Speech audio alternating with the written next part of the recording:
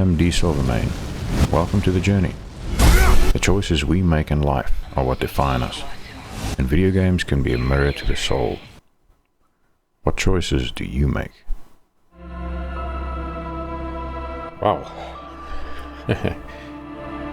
It's finally happening, so welcome anyone who's joining, new and old viewers alike. I'm very excited. This is a brand new series on the channel. It's a game that I've been holding off for actual years, not playing because I wanted to play it for YouTube, and I'm super excited. I'm going into this 100% blind. All I know is it's an RPG, and you play a detective.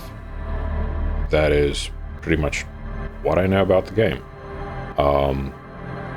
So I went through the options here, and I set the music volume a little bit lower than the environment, the weather also a little bit lower, UI around about there. So the important one for me is the voiceover, so we'll see how that goes, and I'll probably adjust as I go. But that's what we have. And then I have the tutorial agent active because I have no idea how to play this game, so I'll appreciate a bit of a tutorial. And then I've got detective mode active, which highlights interactable objects and characters. I think that'll be a bit of a help, at least at the start. We'll see what happens. I'm definitely not going with hardcore mode because I don't know what I'm doing. Streamer mode as well. This is a very nice feature where they replace copyrighted pieces of music with alternate tracks, similar to something that I think Cyberpunk 2077 also has, which is really cool. So yeah, those are my settings. Then controls, we have movement, left click, character sheet is C, okay. Inventory, I, T, J, map, alright, cool. So that is that. I'll have to get used to all of these controls. Well, thanks for joining me. I appreciate the support, appreciate you being here, and this is the start of my journey through Disco Elysium. Let's start a new game. Oh, okay. Oh, this is cool. Alright, so you've got an archetype, I think it's pronounced. Extremely intelligent, very bad with people, knows interesting facts, comes up with original ideas. Huh. That's the thinker. Oh, this is an actual RPG, dude. It is like D&D RPG. That is awesome. Int, psyche, physique, motorics. Okay. How well you move your body. That's cool. Sensitive. Very psychological and magnetic personality, but unstable. Might begin to lose his mind. Oh, hell. Okay. I'm scared. Physical. Extremely physical. Interacts with the world through his body. Gets things done, but dumb as a rock. Yeah, int 1. Oof. Well, this guy's also int 1. So encyclopedia, plus inland empire, and plus hand-eye coordination. I don't know which to pick. I'm not going to create my own character because I've got no clue what or any of this entails. I mean, what would be best for a first-time player? Thinker is good, but it's got good physical attributes. Well, actually, no, it's got good mobility. So the sensitive and the physical are both more, well, physical. Sensitive isn't as mobile. Okay.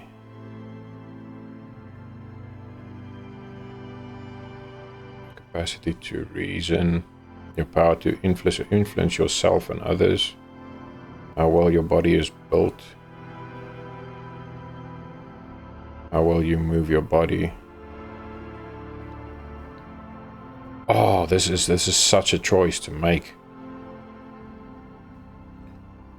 I mean, I don't want my detective to be dumb as a rock. What are we gonna do here? Wow, or should we create our own? I don't know. Because I feel like this is so wild. We've got a hyper intelligent guy with no power to influence himself or others. Very crappy physique, but he's pretty nimble. This guy's dumb as a rock, and this guy too. This guy he's practically a mind flayer. And he's built pretty well. Man, I kind of want to go for the sensitive guy, but he's too dumb. Capacity to reason. I feel like your capacity to reason is pretty important when you're a detective. I'm gonna go with the thinker. But it's so hard. I'm guessing you can level these up as you go. Oh, this is difficult.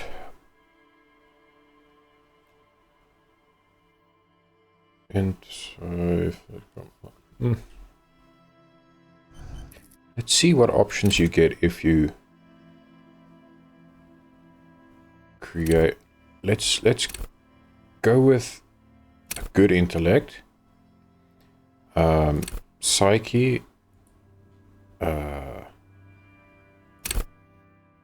Let's do that. Yeah, I kind of want to distribute it a bit more balanced. Like the physique, I get this could be a problem, but we could probably improve that as we go, right? I like the guy to be a bit intelligent. Psyche is average, which is okay. Motorics is average, and then he's got a kind of a weak physique. See, now if I was going to go with a kind of a Sherlock Holmes type of build, I'd probably go with that. Because Sherlock was never a very strong guy.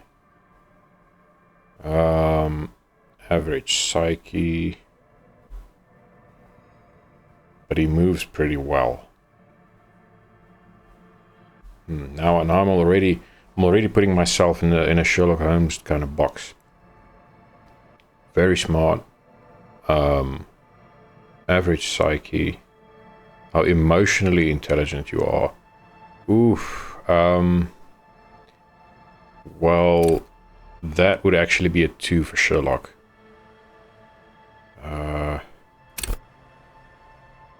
Yeah, I think that would actually kind of be a Sherlock Holmes type of effect. Very smart. Very little emotional intelligence because he tends to just be a jackass to others. But do I want to be Sherlock Holmes though?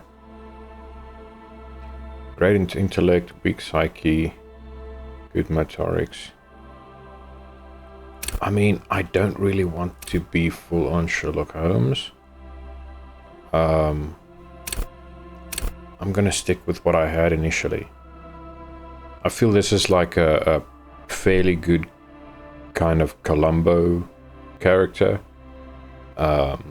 Fairly intelligent. Fairly well, quite intelligent. Fairly emotionally intelligent. Not the strongest guy, but not terrible either. An average movement.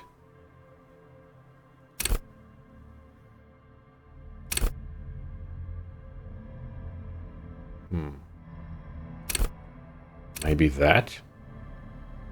Intellect and psyche. And then physique and motorics we keep that way. I don't know, guys. I've got no clue. If I was streaming, I'd be like, help. let's go with this. Let's see what it... I mean, what's the worst that could happen? Famous last words.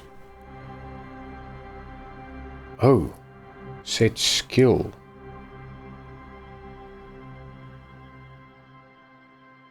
Huh.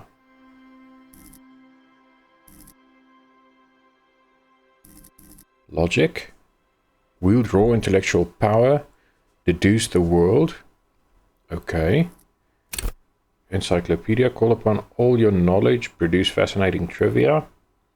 Rhetoric. Practice the art of persuasion. Enjoy rigorous intellectual discourse. Drama. Play the actor. Lie and detect lies. Conceptualization. Understand creativity. See art in the world. I mean, I'm seeing art all over the place here.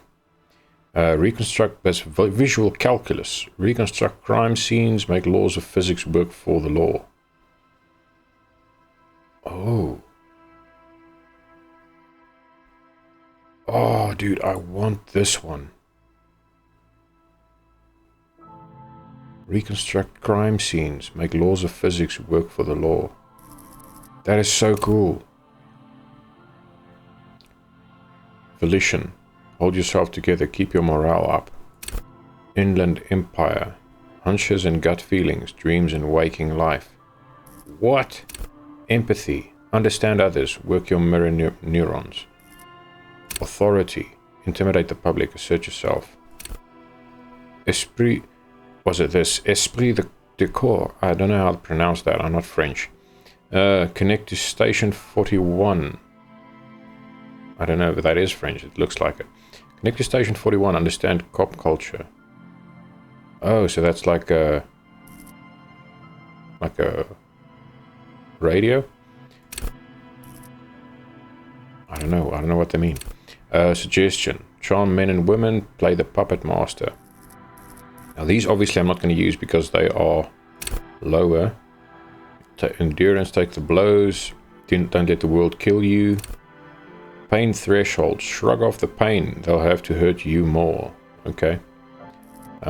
Physical instrument. Flex powerful muscles. Enjoy healthy organs. Electrochemistry. Go to party planet. Love and be loved by drugs. Ooh, hell no. Shivers. Raise the hair on your neck. Tune into the city. Let the body take control. It's half-light. Threaten people. Oh my goodness. I'm glad I didn't focus on the physique. That kind of... I don't like the vibe. Composure. Strengthen your back. Keep your poker face.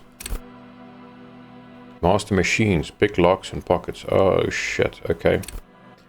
Savior fair. Sneak under their noses. Stun with immense panache. Reaction speed, the quickest to react, an untouchable man. Perception, see, hear and smell everything. Let no detail go unnoticed. Hand-eye coordination. Ready, aim and fire. Okay, so this is also a pretty important one. But I don't know, I kind of feel like these are super important, man. Oh, there's such good choices here. Am I going to go with logic or encyclopedia? Fascinating trivia. Oh, I love all of these. Practice the art of persuasion. Actor, lie and detect lies. Understand creativity. Reconstruct crime scenes. Charm men and women.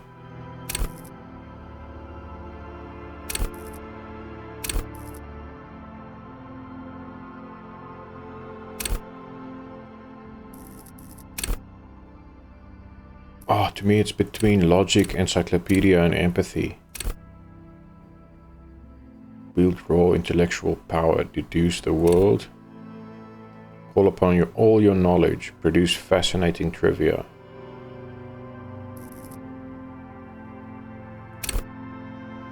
Understand others, work your mirror neurons. Ah.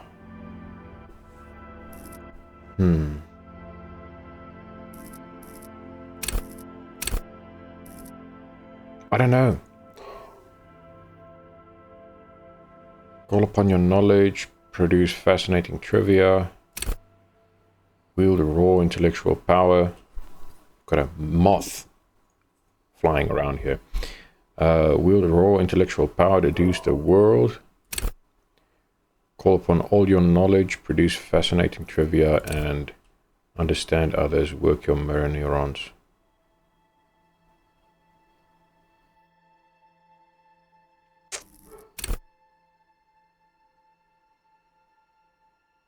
I feel like... I mean, the fascinating trivia thing is very cool. Maybe I should go with encyclopedia, because logic is one thing, but my intellect is 4, not 5. So I'm not a super genius.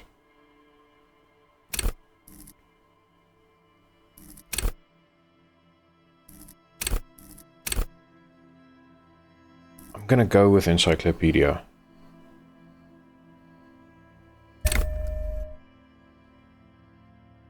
Okay, so that one gets 5. Okay, I see. Oh, okay, I see. So you set that and then it becomes 5. Alright.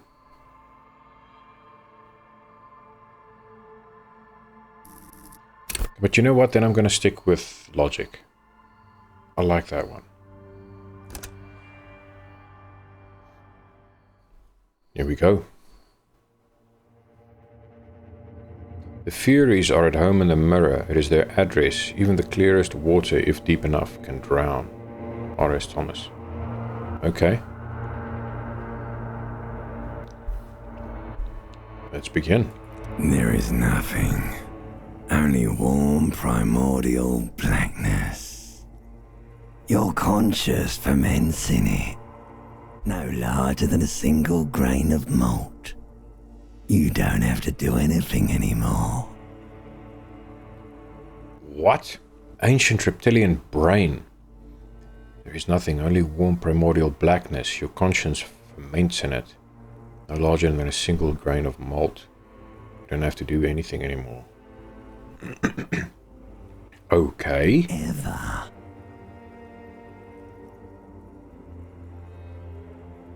Do I have voices in my head? Never, ever.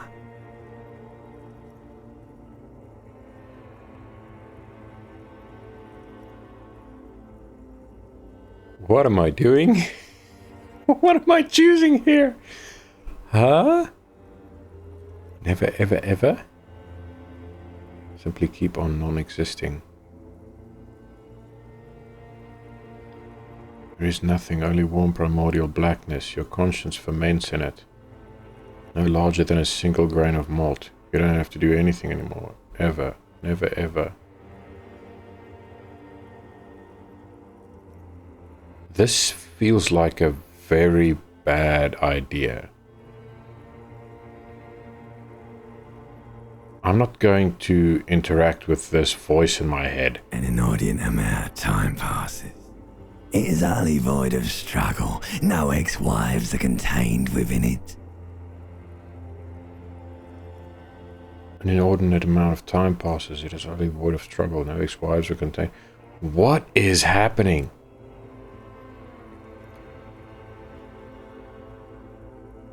An inordinate amount of time passes. Utterly void of struggle.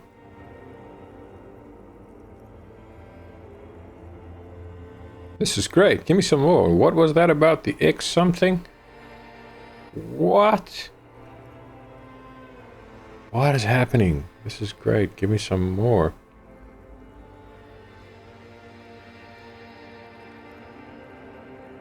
It is utterly void of struggle. You got it, sweet brother. Nothing upon nothing upon nothing. What is happening? Huh? I like nothing. How about you cough up some more of that sweet oblivion? I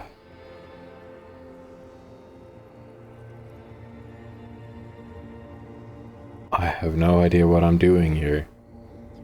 I like nothing. How about you cough up some more of that sweet oblivion?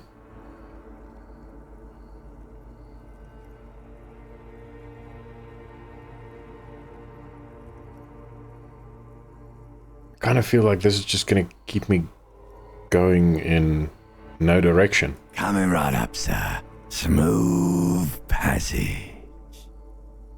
Alonso, let's go. I want to get off now. I like pain and burning light and wanting things from people who don't want to give them to me. What am I doing?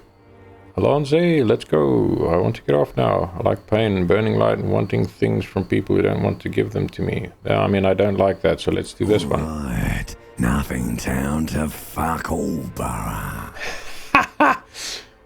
A return trip to the silence, please. Let's visit the ancient Zero home. Look, there's... Am I tired of being this type of animal and who gives a shit? What? Huh? What is going on?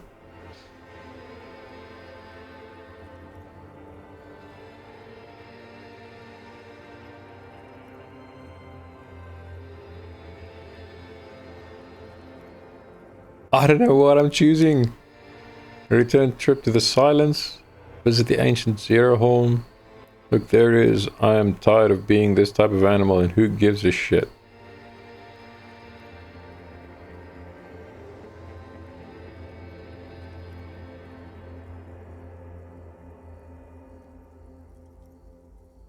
Do you want me to upgrade that to a one-way trip, sir? Do you want me to upgrade that into a one-way trip? What? Don't stop, keep singing. Sing me the song of death. Wait, no, I need to belittle myself instead. What is happening? I am so scared of making choices here.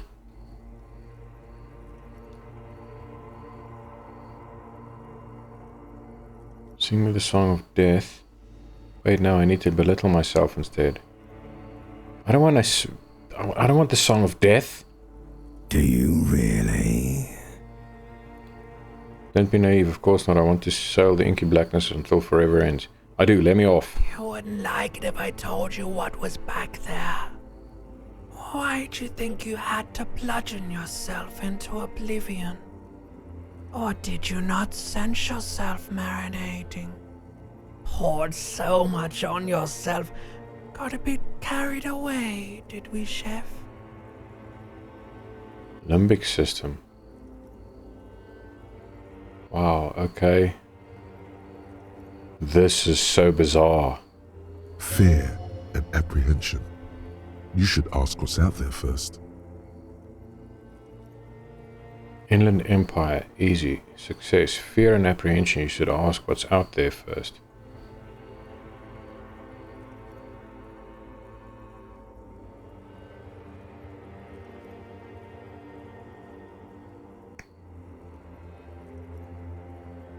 Wait, I did this to myself? Tell me what's waiting for me, and I don't care. I'm an idiot, a brave idiot. Yes, your one disco mother. Okay. Tell me what's waiting for me. There's this giant ball there. An evil apes. And the evil apes are juking it out on the ball. You're one of them. It's basically all just evil apes juking it out. on a giant ball. How big is the ball? How small are the apes? Oh, this is so...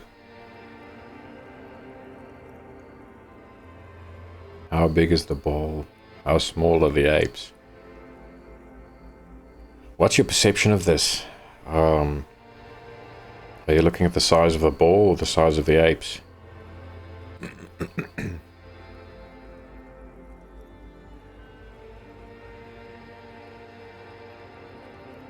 So I'm one of the evil apes.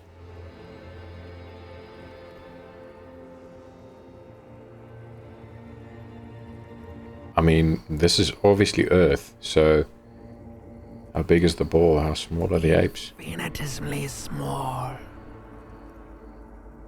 How big is the ball? You can't even make out it's a ball when you're joking it out. It's that large.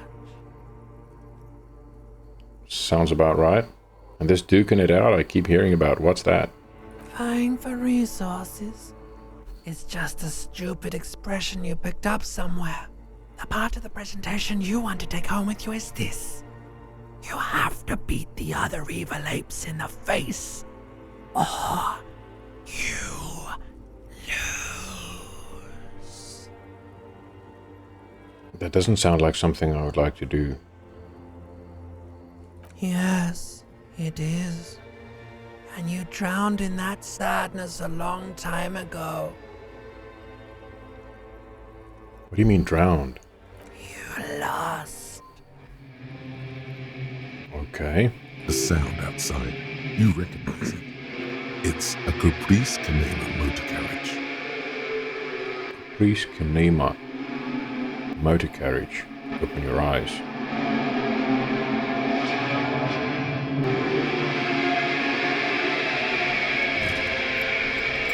Oh shit.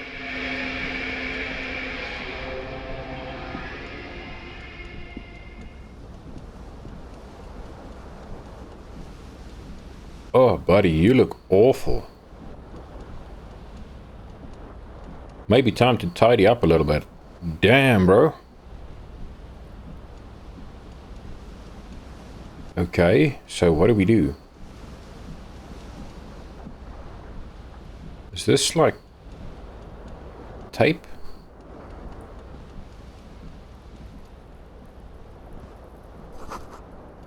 Looks like someone tore out the tape while the song was playing. Oh, okay, so I can do that. Oh, okay, let's get dressed first. Grab your pants. Okay, that's better. Grab your jacket.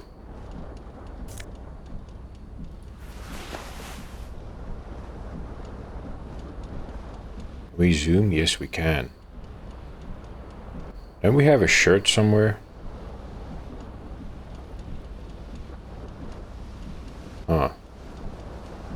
Ooh, what's this?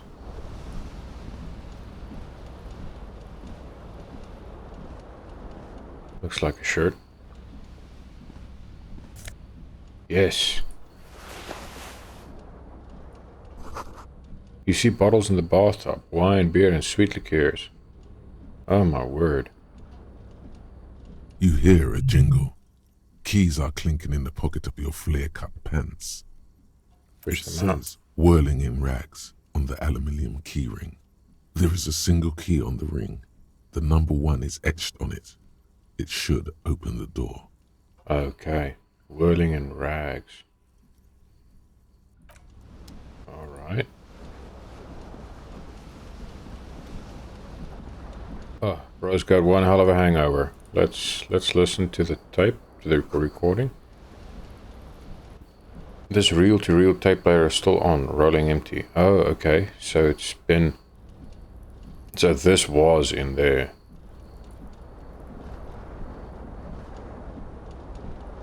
What is the bottle doing there? This magnum-sized bottle of Commodore Red is empty. Oof. A man's been drinking hard. What is this? The window stands broken in its frame. Cold wind blows in. It says the damage. The shards face outward. Whatever broke this window came from the inside. Did I break it with my own A hands? fine web of scarring covers the back of your right hand, but none of it is recent. What did this then? More likely a projectile than a held object. There are no fragments on the floor from pulling a tool back in after impact. Right. It says the size of the impact. It is too large for a bullet, yet too small for a piece of furniture. You're looking for something heavy and larger than your fist. Like the green shoe that's on the hat rack in the corner, which, coincidentally, is missing its friend. Congratulations, you smashed the window with your own shoe. Now you only have one. If you're lucky, you can still find the other on the balcony outside. The door to it should be outside your room. I should go and get that shoe. A cool wind gushes in. Your toes curl up from the cold. Okay, let's grab a shoe. Oh, bro feels like me when I've got a migraine.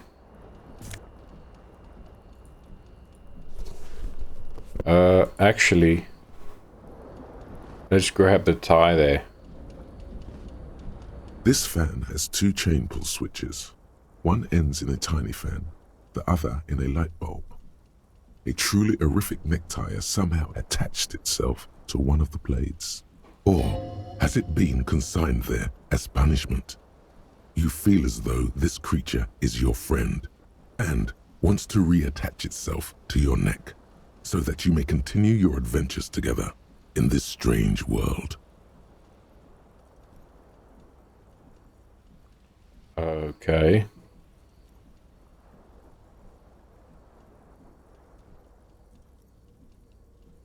Should I pull on the fan? Blades come squeaking to a halt. It should be easier to reach the tie now.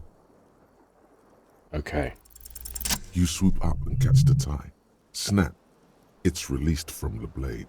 Warning, warning, the necktie is no longer contained. What you have in your hand is a fantastically colorful tie with 4 or 5 different patterns. The knot reminds you of a noose. Ooh.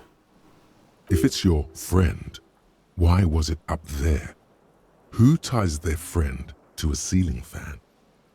Maybe this thing is dangerous somehow. Oh, buddy's got some crazy shit going on in his head. A foreboding feeling fills you as you look at the tie.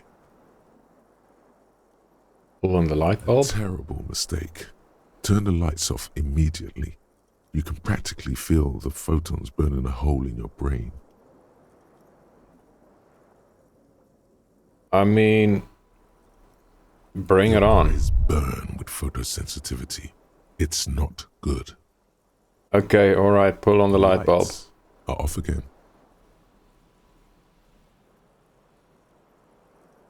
Damn. I was hoping the light could reveal something, but okay. Bro's hangover is way too big for this.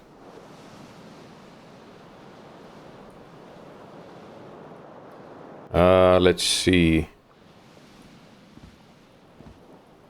Okay, I don't see anything. Huh, there's a mirror.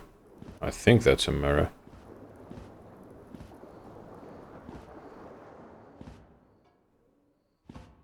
A mirror hangs above a bent and broken sink. In a fierce discharge of masculine energy, someone has ripped half the faucet off. Wow. Hot water sprays from the base and steam covers the mirror. You cannot see yourself, just the outline of a man. Okay. Suddenly, you realize you have no memory of the face that awaits you there, underneath the soft vapor. Okay, wipe the mirror. As you slowly reach your hand towards the surface of the mirror. Abort. You clearly have not thought this through. You won't like what you see there, and you will never unbecome it.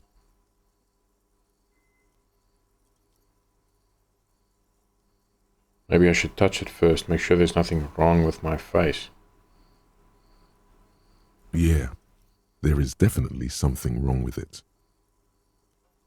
How bad could it be? Where to even begin?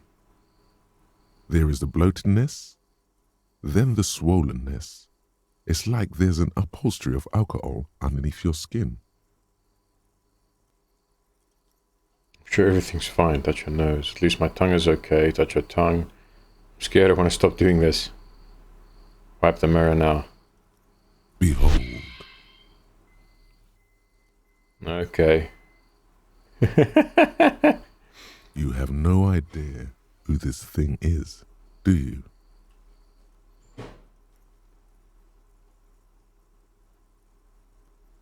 This is the face of a late-stage alcoholic. Too late. You clearly have rigor mortis on your face. Oh wait, is that an expression? Are you trying to make an expression with that face?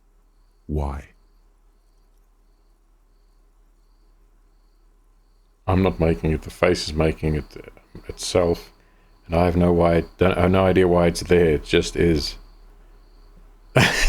This game. Okay. I mean,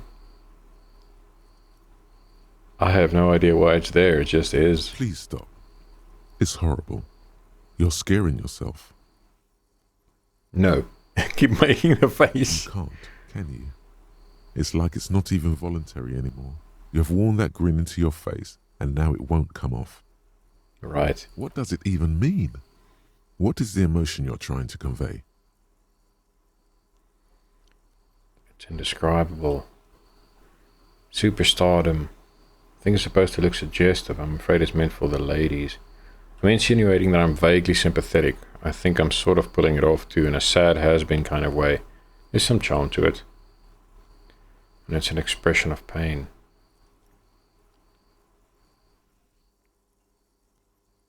You are correct.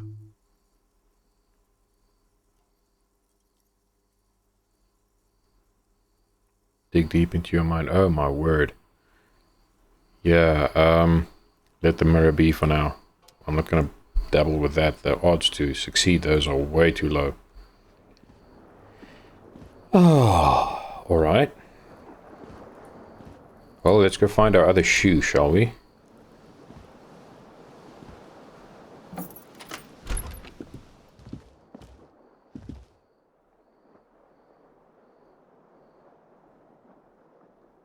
Minus 12. What's the date? Seals. Still not available. Okay. Calendar says it's March. The year is 51. Yalinka. Minus 44. Oh. So are we in Russia? Something on the table. Lodu. Uhu reservation. Minus 22. What is that? Money? Oh, yes. Coins. How do I get to the balcony? I need my shoe. Can I have my shoe? Hello, officer. Officer. Hi. The young woman raises a cigarette to her lips.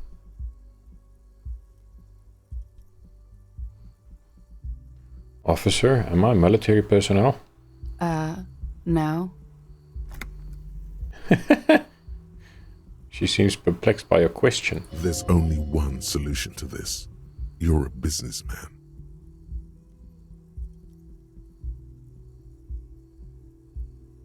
Why did you call me an officer? Authority, medium success.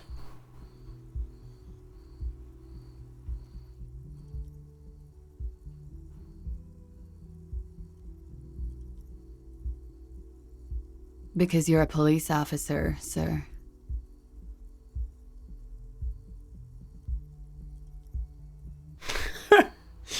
Dude, how much did you have to drink? Because you're a police officer, so she pulls on a cigarette. Are you sure you're shooting me? Goddamn right, I'm a policeman, and don't you forget it. Are you sure? I am, yes. Unless you've been feeding us a set of very well-rehearsed lies all this time. All this time? You've been here for 3 days. On official police business, no less. Okay, and what business is that? Couldn't say. In truth, so far, mostly drinking. Yikes. You have no doubt about the drinking. But do you strike yourself as a tight-lipped drunk? She must have heard something.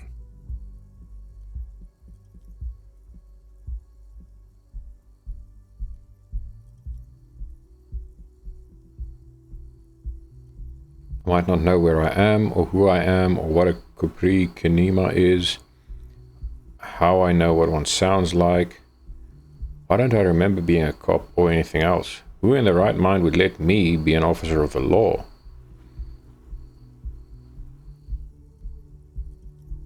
Oh no, please no.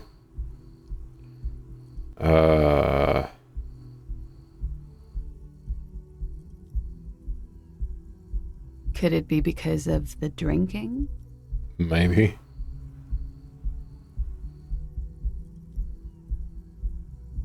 She nods.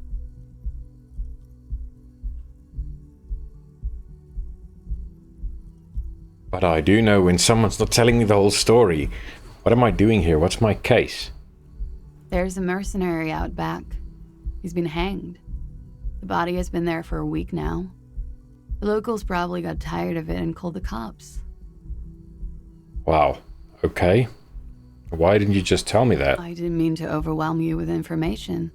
You seem a bit lost, officer.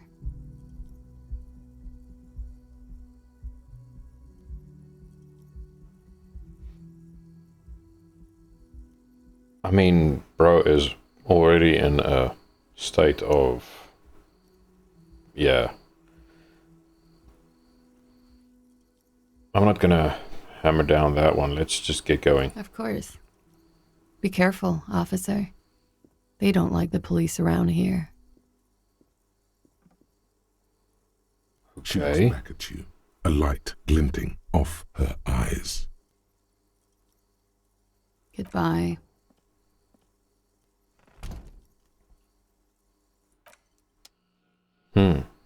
What's this? Looks like she left a nice long stub in this ashtray. It's still smoking. Okay.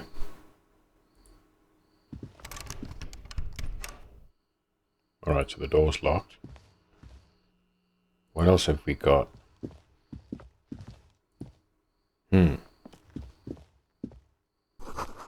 This is the weekend edition of the satirical newspaper Trump Le Monde. I don't know how you pronounce these things. Okay.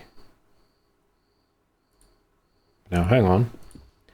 Where do I get my shoe? I want my shoe back.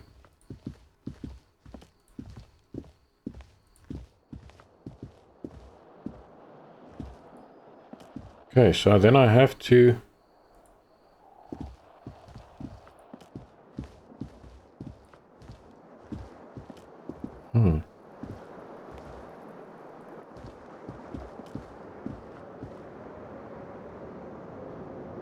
There's no balcony here.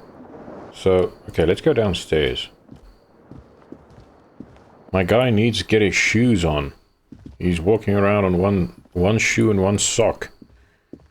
Alright, let's go downstairs. Red checks can be something. Oh, hello. I love the artwork. It's everything looks like an oil painting. This is so cool. What's this? Summer door closed for the winter. Oh.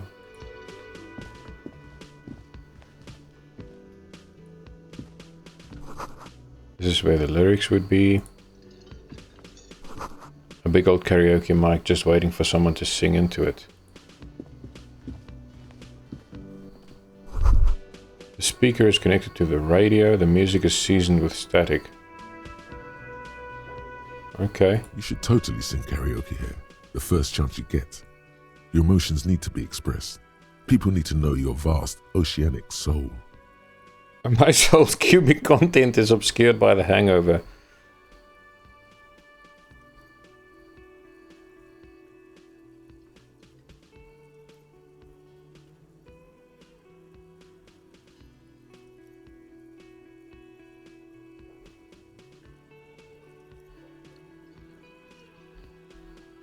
Why do I get the impression I am crafting my character?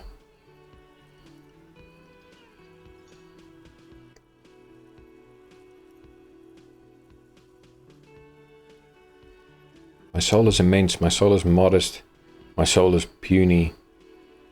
My soul's cubic content is obscured by the hangover.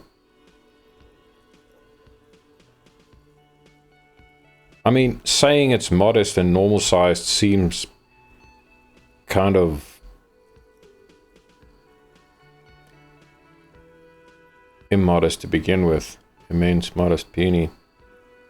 Of course, at this point, precise measurements of your soul can only be performed from the outside. It needs to be heard. Through a PA system. You really want me to sing? By other people. I mean, the guy has a splitting headache. You have not yet stumbled on the right lamentation, but it's out there. It'll come to you. You will wreak havoc with it. Don't worry. Lamentation sounds good. They'll really get a gauge on my soul with that. I was thinking maybe I could sing something happy, get the people going. Yeah. No. Don't sing the happy song. It's stupid. Sing the sad song. It's profound. I mean, it might be profound, but not always You good. have to find something tragic to sing first, though. Okay, let's finish the thought. What's this?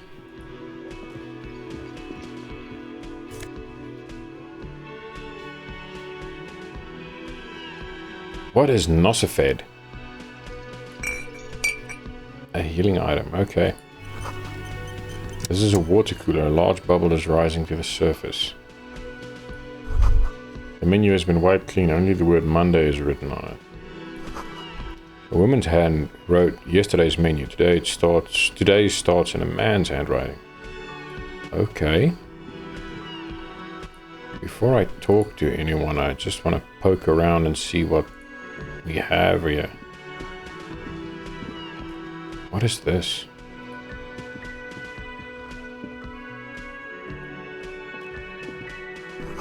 This Royal Pinball machine is unplugged. Okay. Alright, so there are people here. Let me quickly chat to the guy at the bar. A man in his late 20s stands behind the counter, inspecting a stuffed seabird. As you approach, he gives you a sideways glance, then looks down again. Yeah, probably seen too much of me. That was disdain in his eyes. Even now he's purposely ignoring you.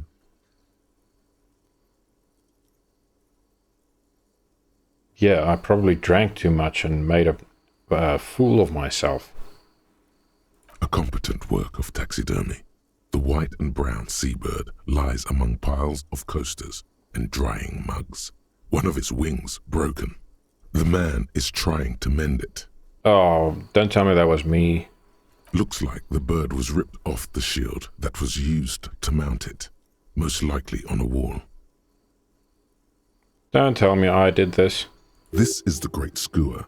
The seabird is the symbol for the discovery of the Insulindian Isola, the part of the world you are in right now. The Insulindian Isola. Something about it makes you feel bitter.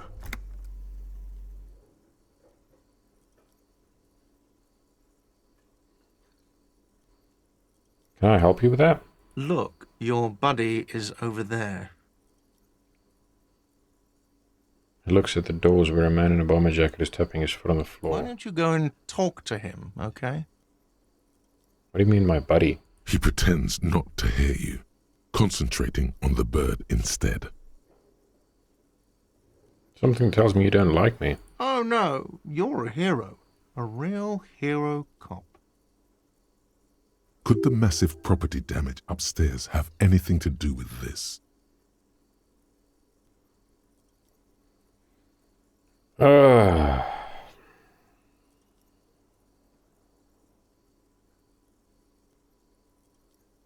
Am I? Or did you ride in, take the body down, solve the murder, and not trash my hostel room?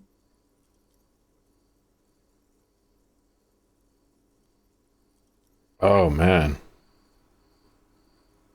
No, you see, actually, you didn't. You haven't done anything even remotely useful since you got here.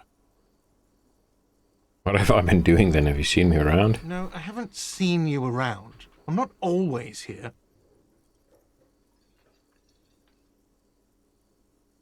Actually, you didn't. You haven't done anything even remotely useful since you got here.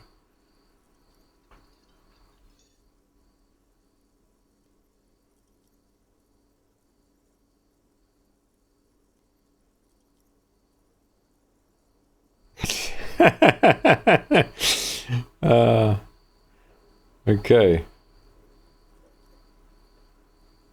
I mean, he's obviously the bartender. Or maybe he's not. No, I'm not the bartender. I'm the cafeteria manager. Okay. Understood. Mm-hmm. Okay, let's leave. Let's stop harassing this guy. He's obviously a little annoyed with us. With good reason. What is this? The door is bolted. A sign reads, "Kitchen reserved for personnel until 1." A soft purr of an electric juicer comes from the kitchen. Someone is working. Okay. And this? A sign reads, "Mess hall reserved for union members. Doors open 4 p.m. Okay. 1600 hours. Hello. Hello, sweetie. Oh, you're the first person that's not kind of weird with me. You shouldn't keep your colleague waiting. Oh, so he's my colleague, you say? Alright, well, let's talk to our buddy then. A bespectacled man in an orange bomber jacket is tapping his foot on the floor. Looks like he's waiting for someone. You. A bespectacled man in an orange bomber jacket is tapping his foot on the floor. Looks like he's waiting for someone. You. Okay. As you approach, he narrows his eyes and extends his hand in greeting. If an assault were launched on this building right now, if the windows came crashing down and the whole world descended upon you, this man would hurl himself in death's way to save you. You are sure of this, but why? Okay. Esprit de corps. If an assault were launched on this building right now, if the windows came crashing down and the whole world descended upon you, this man would hurl himself in death's way to save you. You are sure of this, but why? Let's shake his hand. Hello. I'm Kim Kitsuragi, Lieutenant, Precinct 57. You must be from the 41st. Pleased to meet you, Kim. You realize he's waiting for your name. This is your chance to come up with a really good name for yourself. Get creative. Conceptualize.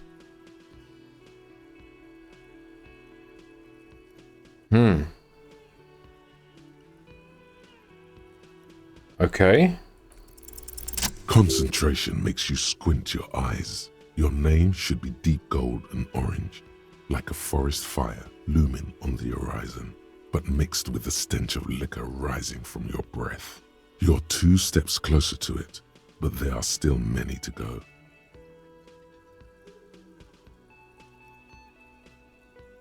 It is not yet time. I don't really know my name. Say nothing.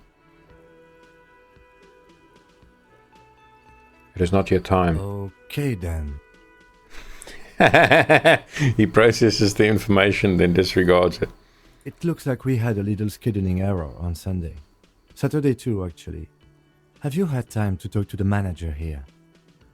I have, yes. What he means is, He has been trying to meet up with you for 2 days, but you have been otherwise occupied. You mean him? Yeah, I just talked to him. If you don't mind, we should talk to him again. Ask him for a rundown of the area. Now that I'm here as well. I understand the scene is out back, right? Right. It also wouldn't hurt to assure him the police are finally here. In full force, I mean. Have you mapped out the initial interviews?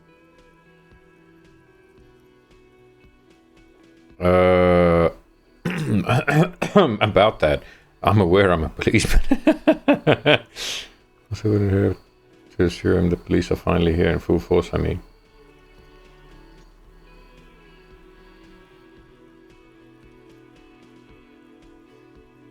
Oh, okay, so have you mapped out the initial interviews? I mean, obviously we have to talk to the people here about what happened.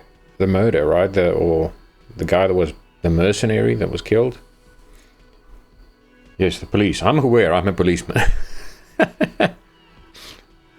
You've been drinking way too much. Interviews, I have. Yes, I haven't. I mean, honestly, I haven't. Okay, we'll have time for that after we take a look at the coroner's case. Okay. Have you removed the dead body from the tree? No. So, the body is still in the tree. Yes, it is. I've been drinking too hard. This is the first time you detect a weariness in the lieutenant's voice. It is obvious he would have preferred for the body to no longer be in the tree. I mean, why is that my job, though? Where it has been hanging for 7 days straight. We should go there as soon as we are done talking to the owner. Okay, let's get going then. I'm not gonna act like an idiot. Let's get going. Officer. Interview the If you're about cafeteria to manager. embark on an investigation, shouldn't you have a badge? Shouldn't I have a badge or something? Yeah, check my pockets. Don't have a badge? It wasn't on me when I woke up. I have my badge. I'm a policeman and I have my badge. What? Losing your identification card is a serious matter. My vehicle has a shortwave. You can use it to report your badge missing. I advise you to try to locate it as quickly as possible, but getting the body down should still take precedence. Okay. Lieutenant Kitsuragi is now in your party. You can talk to him whenever by interacting with him. Okay. So Kitsuragi is now in my party. All right. Let's speak to the... Oh, hang on first. So we've got an inventory. Oh, hat, glasses, neck, gloves, shoes. Held right, held left. Keys, bullets. Okay, I see. And then the journal. Find your other shoe. Seems like your green snakeskin shoe is missing its partner. You should find it before you go venturing into the wild unknown. 2 shoes are better than 1. Unite them again. Sing karaoke. Get a hold of a sad song on tape. You need to find a sufficiently tragic tape, then play it on a boombox to memorize the lyrics. Then ask the cafeteria manager to perform. Preferably in the evening. More people at the bar then. Interview cafeteria manager. The cafeteria manager of the Whirling in Rags might know something about the murder that happened in the yard. Oh, so the Whirling in Rags is the establishment we're at. Okay. Duh. Ask him about it. Okay. Inspect victim's body. Inspect the body hanging in the backyard of the Whirling in Rags. This is a preliminary inspection. You just need to suppress the urge to throw up and approach it. Okay, yeah, well, it's been hanging there for a week. Ugh. Report your badge missing. You need to report your missing badge to the 41st precinct as soon as possible. The lieutenant said that you can use the radio in his motorcar to call your station. Okay.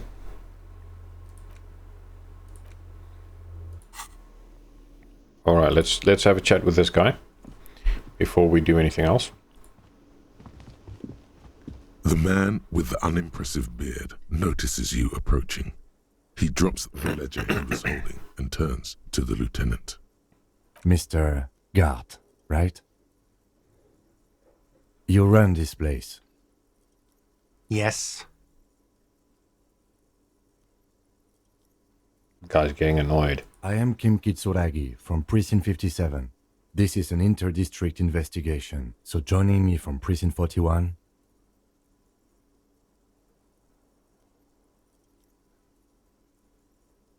He looks to you, realizing he still doesn't know your name. The Harbinger of Ruin. I mean, to this place, apparently, yes. What is golden orange like a forest fire that smells like liquor? Currently in between names. Say nothing. Right. Now, I know it took us a while to arrive at the scene. It also took you a while to call us and report the dead body. It was you who placed the call, yes? No, I only just got here. It was probably Sylvie who called you. She usually works the bar here. I'm only temporarily taking over her duties. Sylvie, the woman upstairs? Do you have her number? As a matter of fact, I do. Okay. You said you just got here. From where? Are you a local? What, of Martinez? No, I live in Jamrock. I only sometimes come here to keep an eye on the place. This is just one of the many, many cafeterias I manage. Okay. But you still know your way around, yes? In case we need directions. Yes, I know where some things are, but as I said, I don't live here. I just used to work here. And I'm not going to start working here again, if that's what you think. I didn't imply that. Detective. He probably means this is where you step in and ask your questions. Right then, questions. I got this. His face expresses profound doubt in your having this. Where exactly is the body? Behind this building, there's a courtyard.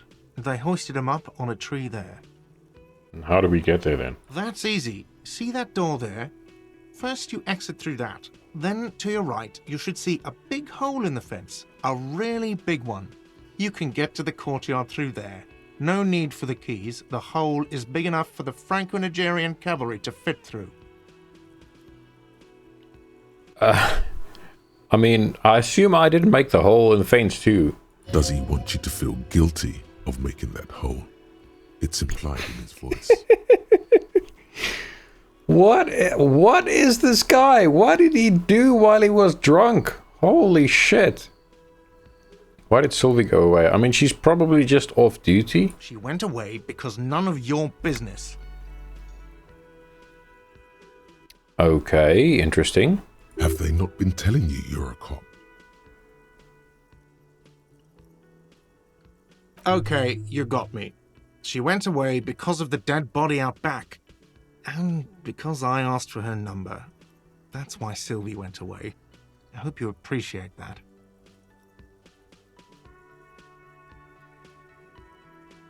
I mean, she still gave you her number.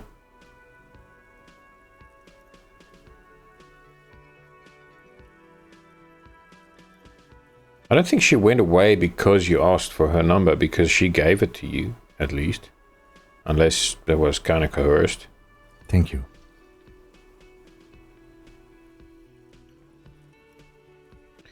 Okay, the lieutenant opens his little notebook at the cover. The number is safely tucked away in a small pocket. Okay. Didn't go well. I asked an employee out. She didn't want to come, but felt obliged to. It was a bad idea. Now, what is so goddamn fascinating about that for you? It's got nothing to do with the lynching.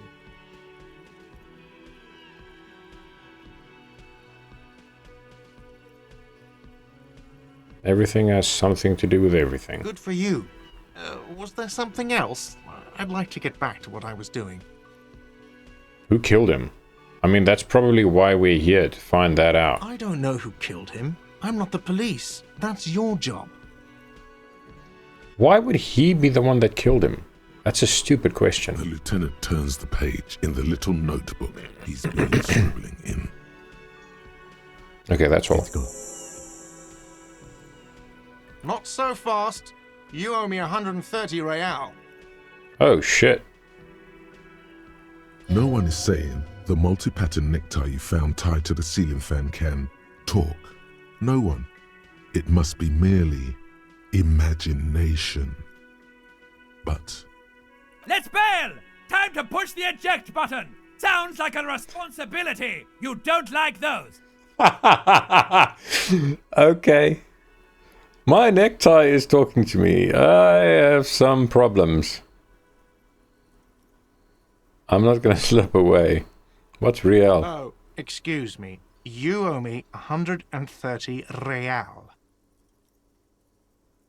the IIR, or Inter-Isolary Real, is the global reserve currency. Whatever part of the world you're in right now, it's safe to assume he means you owe him some money. Oh, I understand. You mean I owe you money? Wow, you're a genius. Yes, that's right, money. You owe this establishment 130 real. Okay. Who does that clown think he is? Arrest him! Shut up, Ty.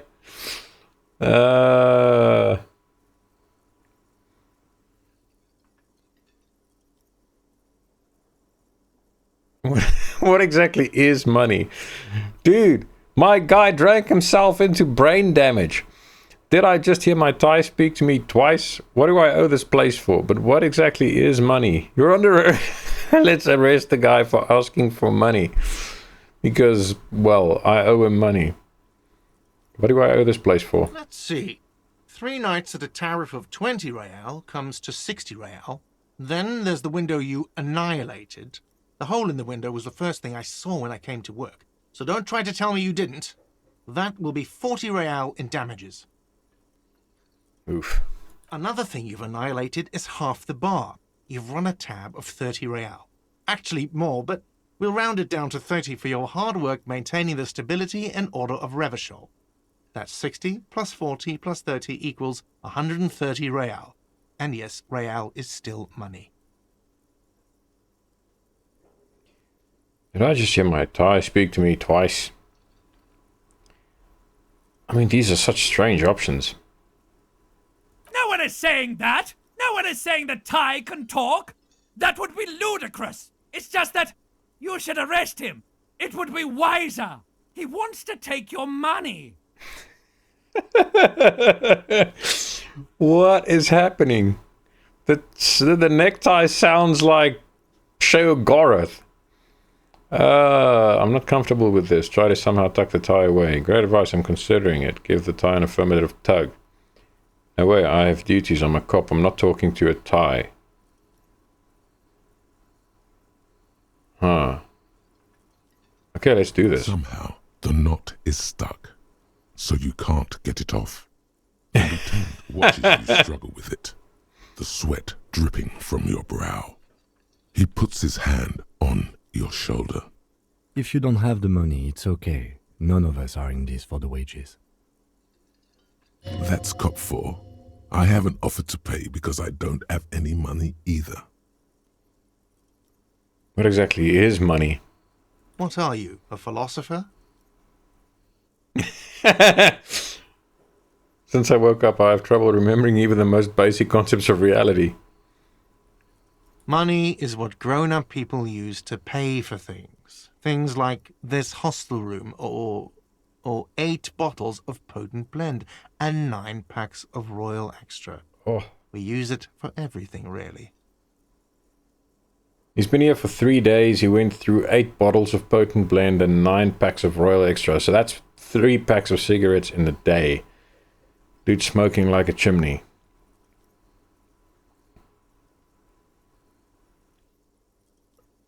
Is this money? Yes, it is. Count them and give them to him. That's 10 plus 10 plus 20 equals 40. I'm now down to 90, right? No, you see, that's 40 cents. Cents are a form of currency 100 times smaller than the real. I'm not even going to take this. Come back when you have 130 real. Okay, that's The fine. cafeteria manager stands silently, looking at the coppers on the counter before him. Sorry, bro, I just don't have money. I'm broke. Isn't it evil? The order of magnitude between what is asked of a person and what they have. Isn't it evil, the order of magnitude between what is asked of a person and what they have? Oh, that is deep. Conceptualization. Isn't it evil, the order of magnitude between what is asked of a person and what they have? Man, yeah. That's something we struggle with every day.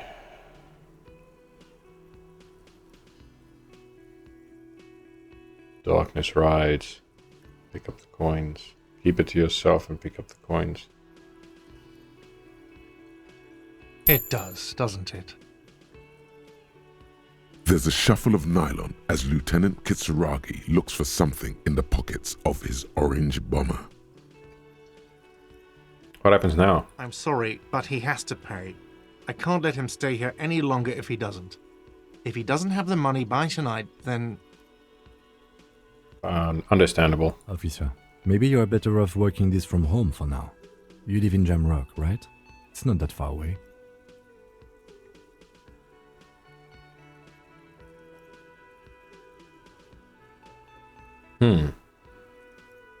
I'll see what I can do. I'm sorry I couldn't help more. You should take this up with your station. I have a shortwave radio in my car, okay? We have to get this investigation started now. But why was my guy drinking so much? What happened? What is going on? Good luck. The man wants to say something, then thinks better of it. By the way, where is home? The address is coming up blank, and this place sure isn't it. Do I even have one? But you've been at this hostel cafeteria for only 3 nights. Where were you before? You had to be somewhere.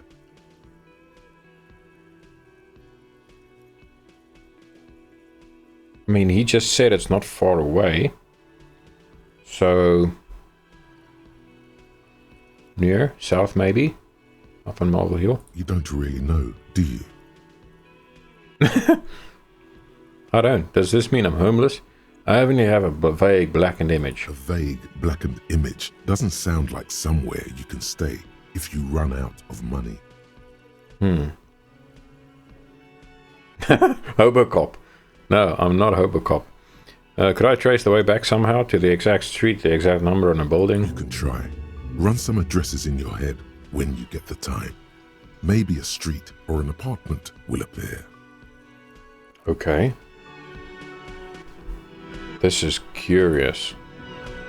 Squeaky, have a chat to the old lady.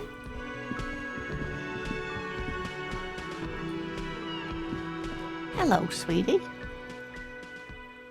Wait, who's Sweetie?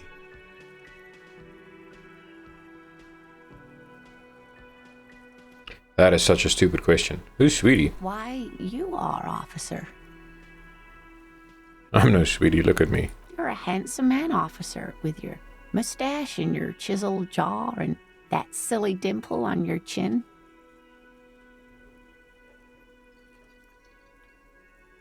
I don't want to talk about the dimple anymore. Thanks, I appreciate it. You must forgive me. I'm getting so scatterbrained. I completely forgot to introduce myself. It's okay. I'm Lena. My husband Morel and I are staying with our friend Gary just down the street, but I come here for tea when they're away. Her eyes glitter over the rims of her glasses as she looks up smiling. She seems like such a nice old lady. This Lena is wacky enough for the motley crew. Hire her on the spot. How'd you like to roll with me? Dude, no.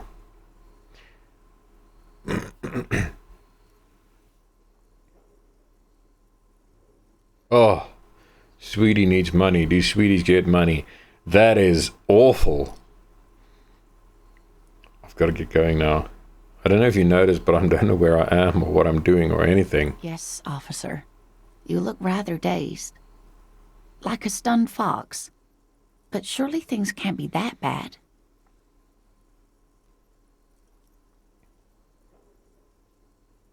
I drank so hard I forgot literally everything. Oh my. You know where we are, right? In Cylinder... In what? In Cylinder? Such a weird name for a continent, or whatever it is. We're dead, haunting each other, we're ghosts. The Whirling in Rags cafeteria, it was on my keys. That's right. And where is the Whirling in Rags cafeteria itself located? See, I have no idea. We're in the city of Revachol, dear. Revachol. Honestly, I don't know diddly squat about Revachol. What kind of place is this? How would I even begin to tell you? Revachol is the most beautiful city in the world. We're fortunate to be here, you and I. Okay. I haven't seen very many other cities personally, but everyone says so. Revachol is a rare jewel. This city used to rule the world, though it has seen better days. There's a pause as she studies your expression. You must look quite lost. Yeah, completely. Speaking of history, you know what year it is, yes? It is the spring of 51 because I saw that on the calendar. That's right, dear. How splendid. Here, take this pen. Knowledge should always be rewarded. Oh, kind green ape pen. A kind green ape pen. Huh. Her relief is palpable. She was getting pretty worried about you there, but now she relaxes her shoulders. That's good. I can tell that this is taxing for you, so I'll just ask one more question. What regime are we living under? What mode of government? Oh, wow. I mean, I have no idea.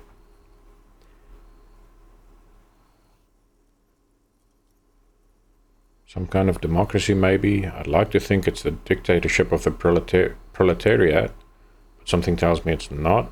Our leaders are fierce warriors who traverse the plains on steeds. Civilization cowers before us. We are governed by intelligent machines that perform calculations to determine the freest market. Everyone hustles and grinds like a badass visionary.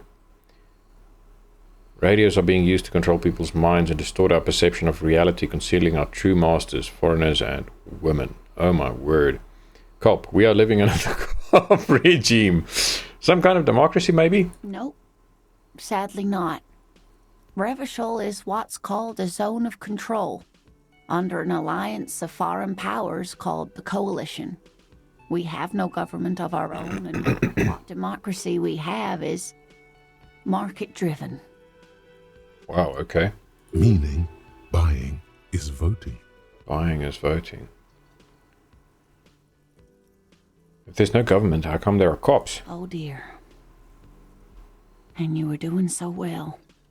There aren't any cops in Revachol, not in the traditional sense. The status of law enforcement has been a complicated matter since the revolution. Okay. But we should stop for today, sweetie. You look like you need a break. Besides, I'm not the best person to explain the big things to anyone. Oh snap, we've got an actual clock? It's 9:12 a.m. She's scared now. She's realized you really are brain damaged.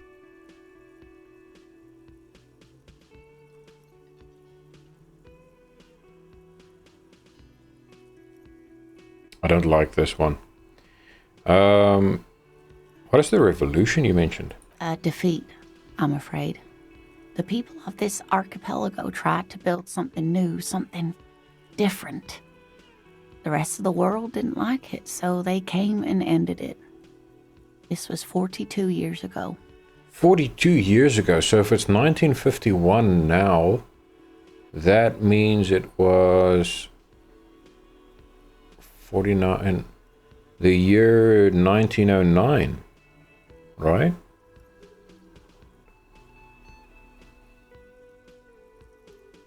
What does that have to do with there not being any cops? It has something to do with everything. I really don't know how to explain it better. Right, because everything somehow influences everything. I'm just a poor woman, she thinks. What do I know of these things? And how can I help you?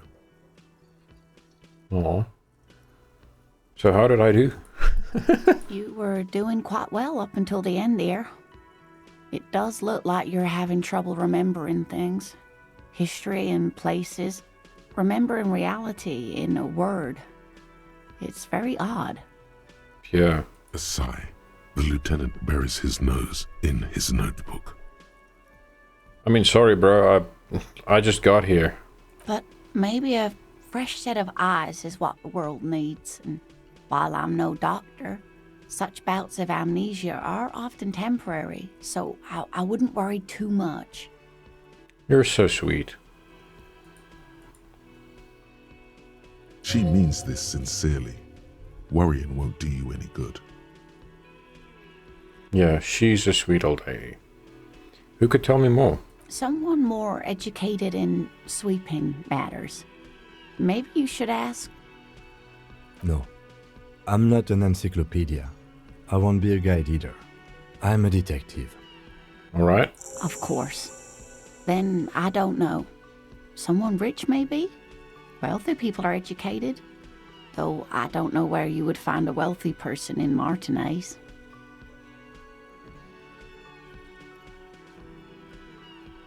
You seem to be in a chair. Yeah, she is. She's clearly wheelchair bound. Yes, dear. I'm a paraplegic. A paraplegic is someone with limited or no ability to use the lower half of their body. Paraplegia is caused by spinal cord injuries, like falling from a great height, or a grenade explosion. How do you jump to the conclusion of a grenade explosion? I mean, she might even be born that way, for all we know. I'm sorry, it was rude of me to mention the wheelchair. Let's move on. That's quite all right. I'm used to people asking questions. I know they're thinking about it anyway. There is no bitterness in her voice. She accepted the curiosity her condition inspires a long time ago.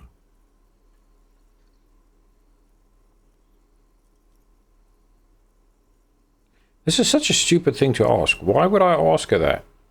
One, it's joking about the chair again, and two, she's a paraplegic. What is she gonna do? She's just an old lady. Sweet old lady. Okay, we gotta get going. Of course, dear. Good luck with your case. She gives you a small wave. Oh, she's sweet. What did we get? Items. We got a pen. What do we do with a pen? Pen with a green ape head on one end. Oh, that's funny. The ape has closed its eyes, a kind expression adorning its face. It seems to be meditating. Okay. Who made the call reporting the crime?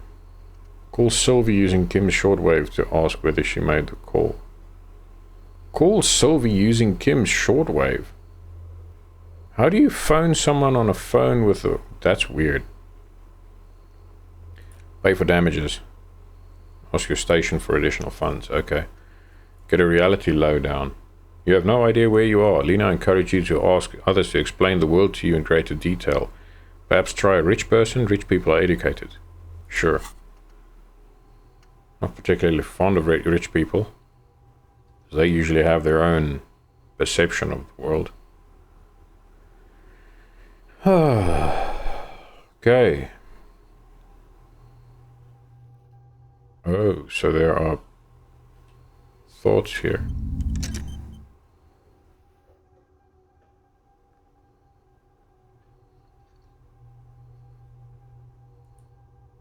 Let's rewind. Retrace your drunken steps back home. Jump across the raised channel bridge southwest of here. Fall over. Get up. Get off the asphalt in 20 minutes. Shuffle your feet through courtyards, scaring little children. Go under the great raised motor track, the 881, until you reach Le Domaine Eminent in North Jamrock. The streets are frozen this time of year, caked with ice. Walk down Main to Perdition. There's a side alley there. And your footprints in the mud. Okay. That's interesting.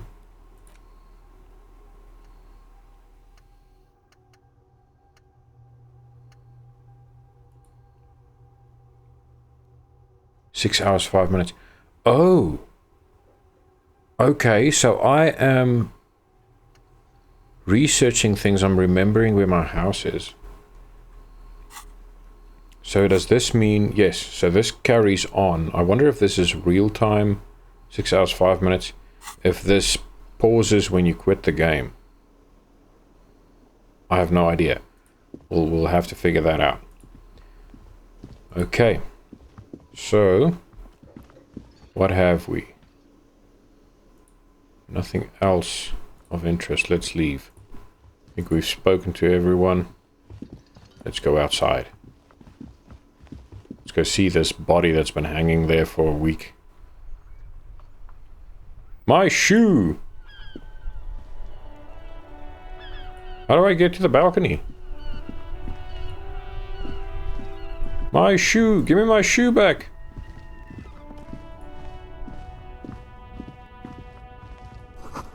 Closed for winter. Please use main entrance.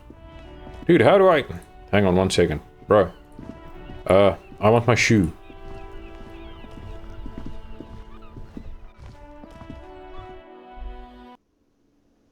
Let's go upstairs. Let's go upstairs. I think I know where I can find my shoe. I missed a door somewhere, I think. Let's see.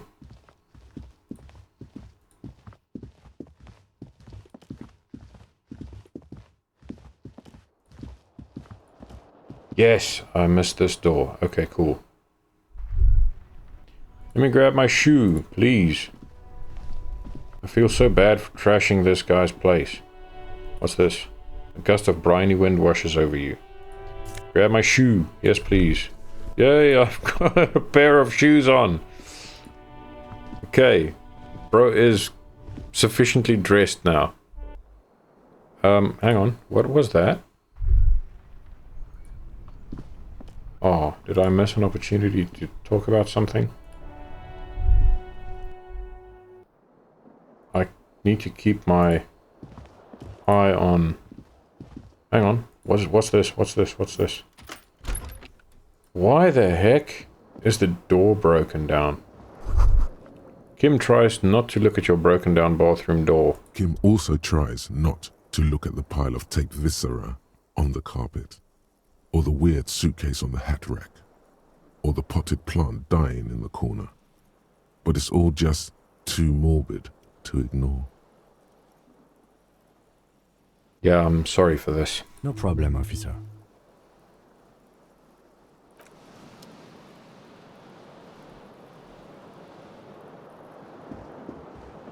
The bed is cold and not particularly inviting, but it's yours. The sheets look awful. The option to go to sleep becomes available every night after 9 p.m. Okay, not time to rest yet. Alright. What is this? Is there a door? Ah, but it's locked. Okay. What did we get? Oh, our shoes. Okay. +1 composure, -1 savior fair. Whatever that means.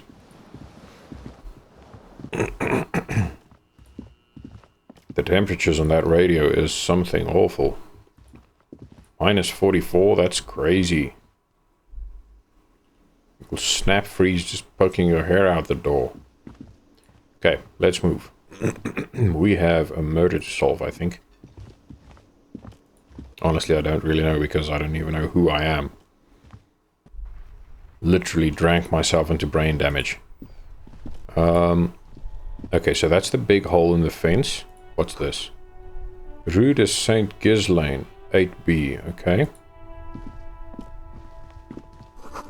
There are bottles inside. You could pick them up if you had a bag.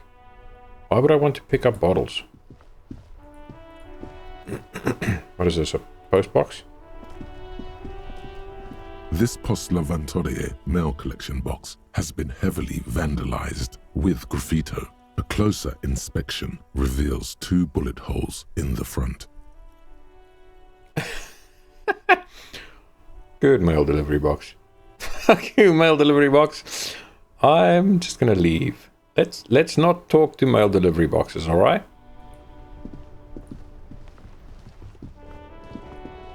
Huh, what is this? Oh, it's a car. It's like a... wonder if it's his car.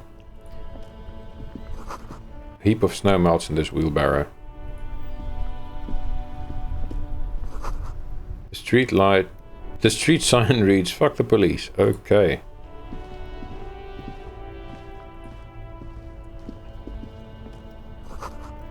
Pigs, go home. The street name is illegible.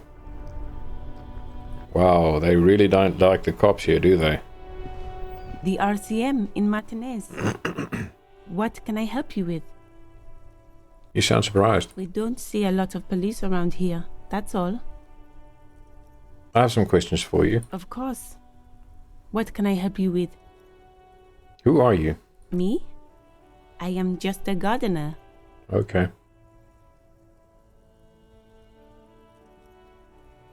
Cool, and what are you doing here? I'm working. Working on what? You're just sitting I down. have a greenhouse in the yard there. I've been trying to get some work done. Not trying very hard, you're just sitting. There's discomfort. She stops mid-sentence. But? Well, as you probably know, there's a corpse hanging from a tree there. It smells pretty bad, so I have to take breaks. Oh, okay. I get it. Sorry about Don't that. worry, miss. We are here to clean it up. You can get to work soon. Mm-hmm. Thank you. My head is about to explode from all the salts I've had to inhale. We need directions? Of course. Where to? What's up in the north? There's the pier, the Cape Side apartment buildings, some more tenements. Not a lot, really. Okay, in the east? Harbor gates. Some kind of commotion, I think. I don't follow the local politics. A fleet store, too. Fleet store. What is in the south? Some shops and a bridge. The canal bridge leads to the coast, but it's broken, I think. Some kind of accident, probably. And what's on the other side of the canal? Just coast. There's a little fishing village there, and a fish market. But that got closed down ages ago. What's in the west? It's just water. No, actually, I think they call it the Martinez Inlet. There are some islands in the bay, but they're hard to reach. The corpse? Where is it exactly? It's there. In the yard, right through the hole in the fence. I mean, why... Why does the manager assume that I made the hole in the fence? Did I? Thanks, that's all for now. No problem.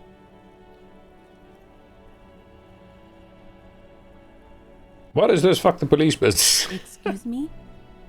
She doesn't understand. Look at the sign right She's above your head. uncomfortable. Maybe you should drop this line of questioning. Okay, forget about it, don't worry. She shifts in her seat awkwardly. Okay, I have to Of run. course. I won't hold you back. She wipes her brow with a canary yellow glove. Her Alright. gloves. You get the feeling that you need them. You have a dead body to deal with after all. One more thing. Can I borrow your gloves? Sure. Keep them. I have another pair. Oh, that's sweet. Thank you.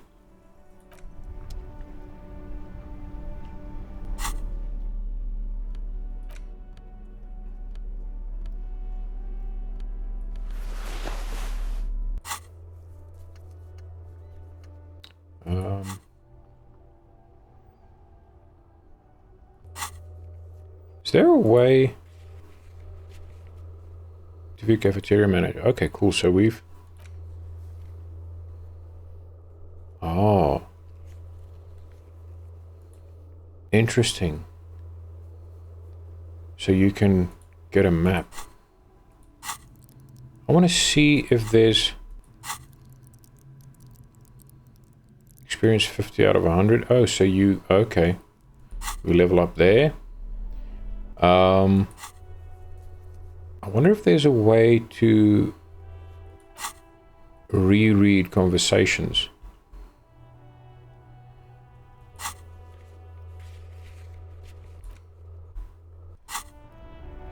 Doesn't seem like it. Okay, but anyway. Let's, What's this? An old call box with a matrix of push buttons lists all the companies in the East Delta Commerce Center. Okay. Main hall building A. Andro Orlando here, SCA. Artemitep's boxing for young athletes and gym. Wow, that's a mouthful. 24-hour window. Emma's fashion atelier.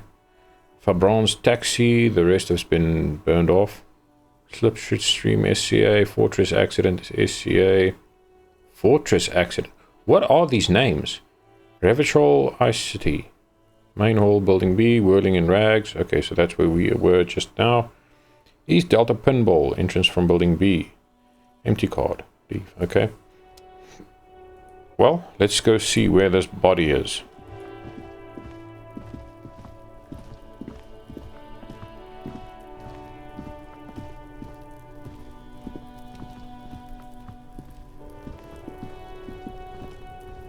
What's this?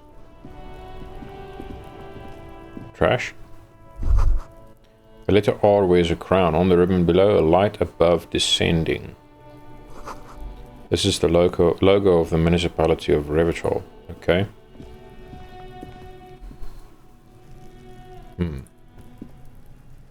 This trash container is locked. The sliding lid has a padlock that says, "Whirling in rags." There's something in there, not necessarily connected to the case, but still.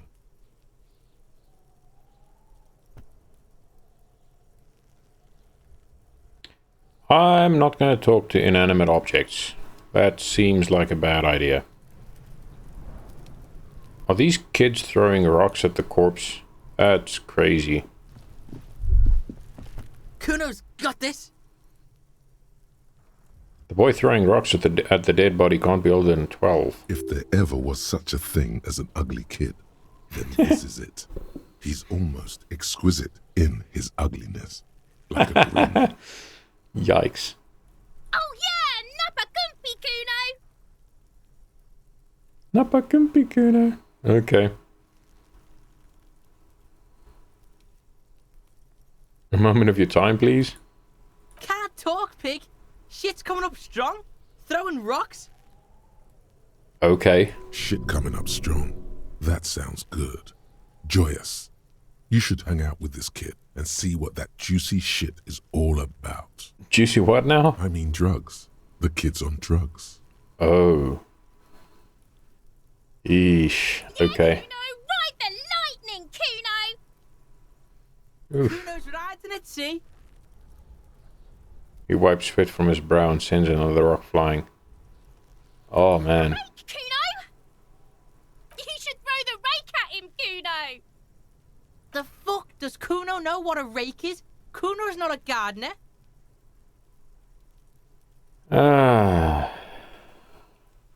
Kim, what should we do? We shouldn't do anything. I don't tempt such forces. What forces? You will see. The language these kids are using, pure unfettered id. There will be no reasoning with those creatures. Yeah. You get siblings? The fuck are you talking about? He's calling us Kuno! He says we're fucking each other! That's not what I said at all. Alright, you two are so uneducated. Smells like spoiled meat and curdled dairy. A human being decomposes. Ugh.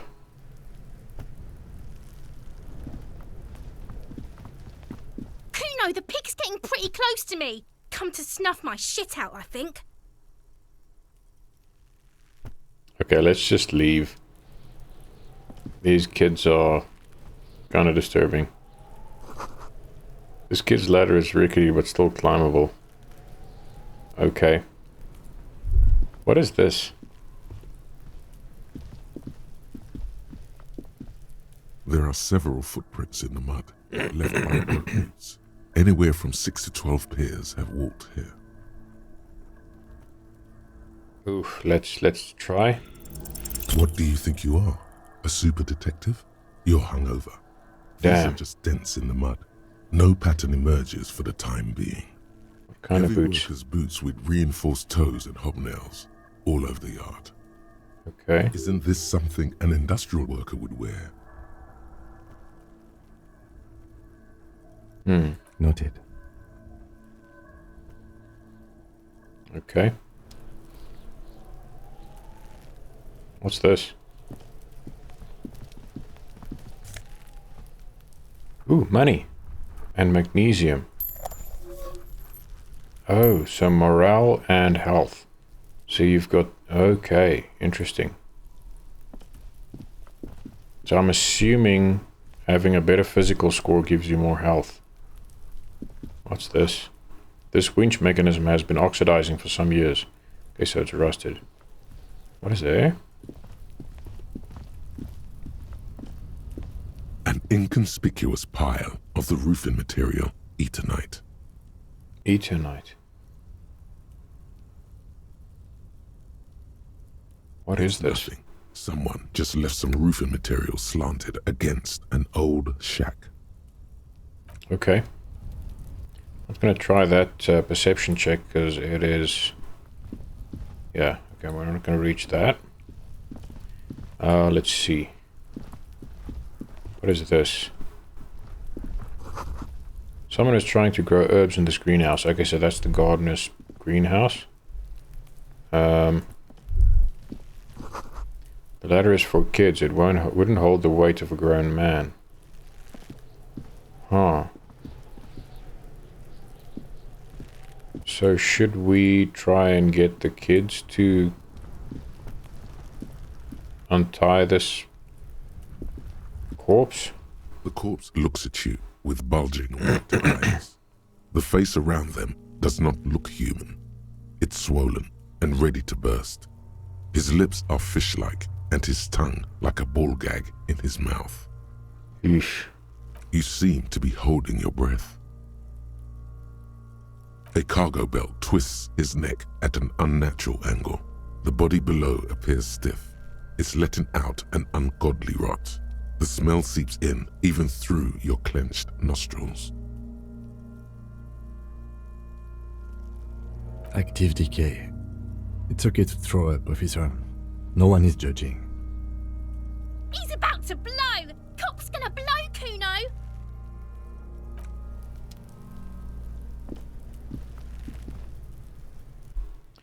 Okay, we need to get that...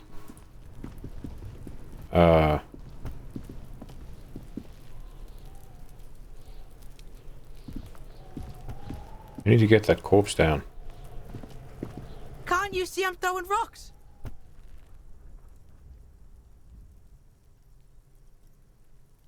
I'm not gonna hang out with kids, that's weird. Alright, entertain the Kuno. Show me what you got. What you got there? What you got, huh? Show me what you got.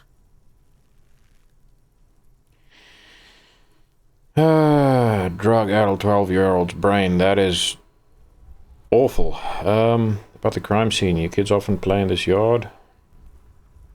Gotta ask, who is Kuno?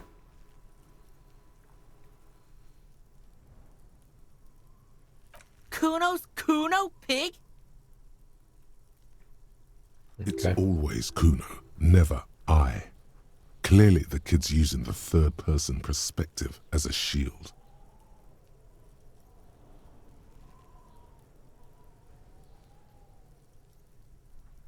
Interesting, you refer to yourself in the third person to distance yourself from the situation, so you'd refer to yourself in the third person. Kuno, is that some kind of gang name?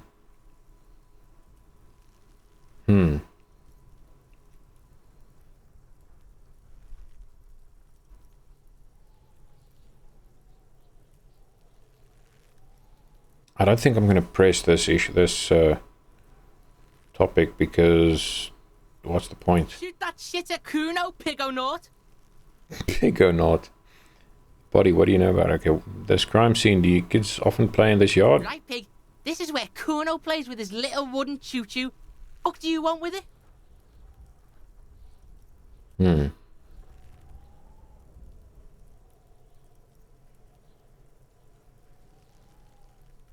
The ladder, ever climb it? Look at that fucking shit. You're trying to get Kuno killed. So you would say that the ladder is unclimbable? Fuck does Kuno know? Kuno's not a fucking acrobat. The lieutenant takes a quick note in his notebook. It's a trap, Kuno! Don't climb it, Kuno! What's in the greenhouse over there? Dunno.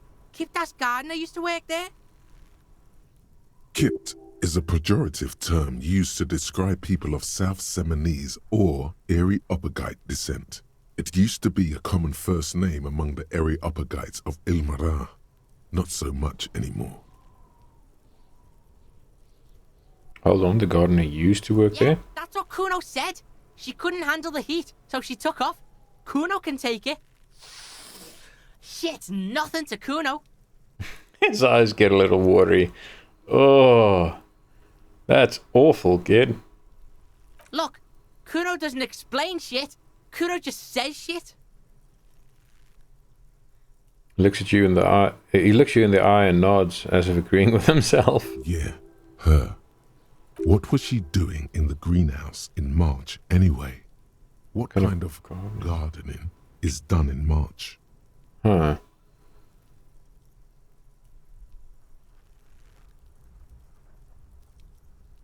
Yes, it seems suspicious. You don't like things being like that. Suspicious. That trash container. Don't be wondering about Kuno's shit, Pig.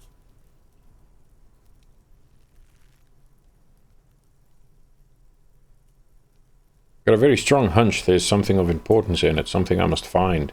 Fuck does Kuno care about your hunch? That's your shit. You figured it out. You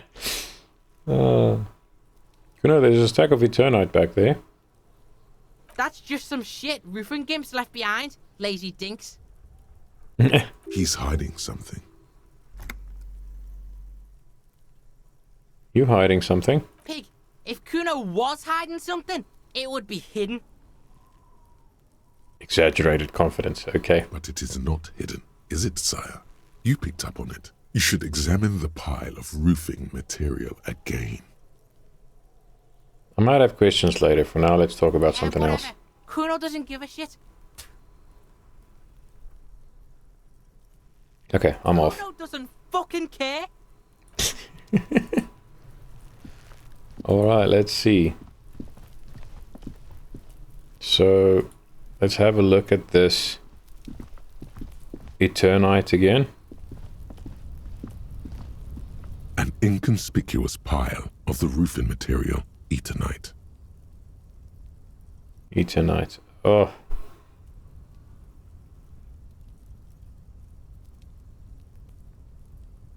Drama said take another look. You may retry it. Because it's nice and orderly. Well-laid palettes. Easy on the eyes. Rhythmic pattern. Calms your mind. Mammals like this stuff. Mammals like this stuff. Okay, cool. Huh. So I got a little bit of morale back. That's cool. No. There's more to this. You get this strange feeling. What feeling? Hard to say. It's gone now.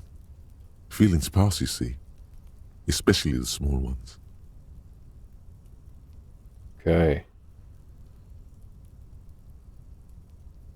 Put skill points into perception sight to open this white check. Okay. Huh. We've got another task. The young woman with the wheelbarrow at the corner of the Willing and Rags told you that she had to take a break from gardening because of the cadaver smell. But what if she was lying? After all, what kind of gardening is done in March? It's obviously winter, because the temperatures alone are insane. But I mean, it's a greenhouse, after all. How are we getting this corpse down. There he still is, looking right through you with What his is white that? Why is eye. it so bad? The It's body below is entirely dedicated to that corpse smell. Emitting it is all it does now. Ugh. How are we getting the corpse down, though?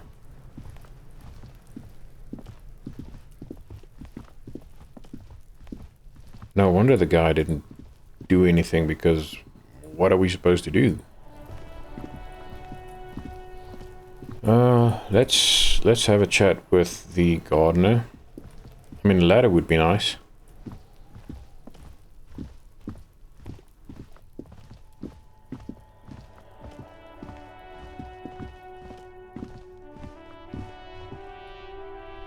Yes?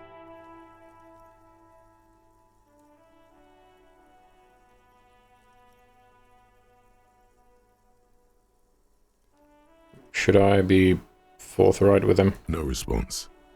He's having trouble processing it, believing it even. I really don't remember anything. There was drinking Have you involved. tried concentrating on something other than your personal affairs? There is a sudden, harsh edge to his voice, like he's tired of hearing about your personal affairs.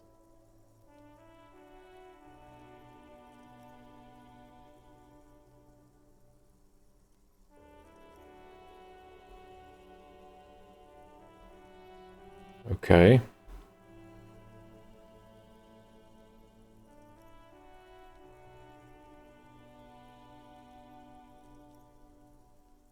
Fine. Focus Let's on just other let it people's be. troubles, not your own.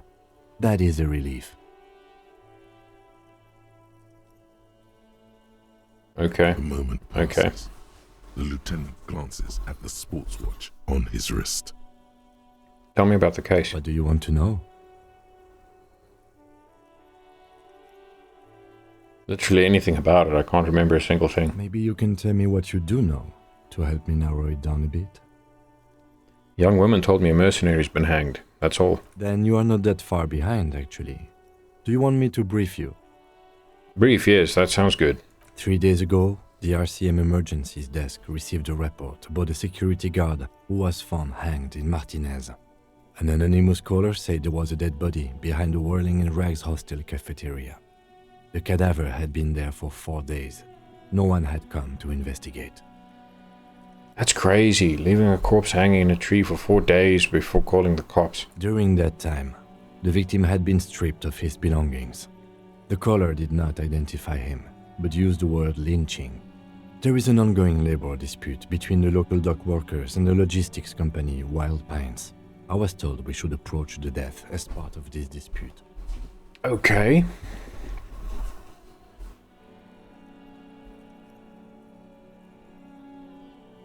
A security guard or worker of some sort hired by Wild Pines. This was just hearsay from Martinez, of course. We need to find out the truth.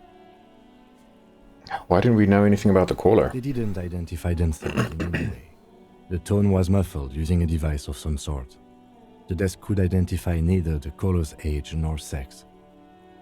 That's interesting. Why hide themselves? There's a strong prejudice against involving the RCM in what's seen as union matters. The dock workers' union is the de facto police in Martinez. Now it appears they've started executing too. We cannot allow that. Oh, okay.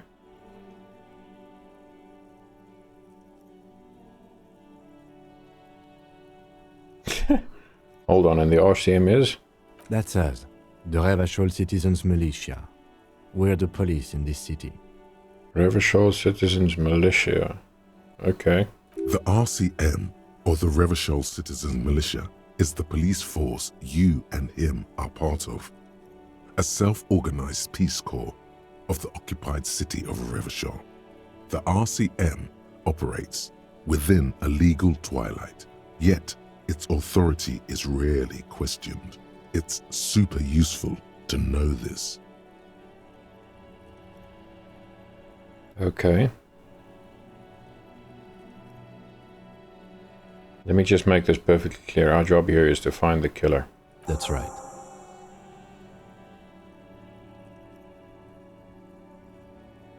Would you say this is a mysterious case?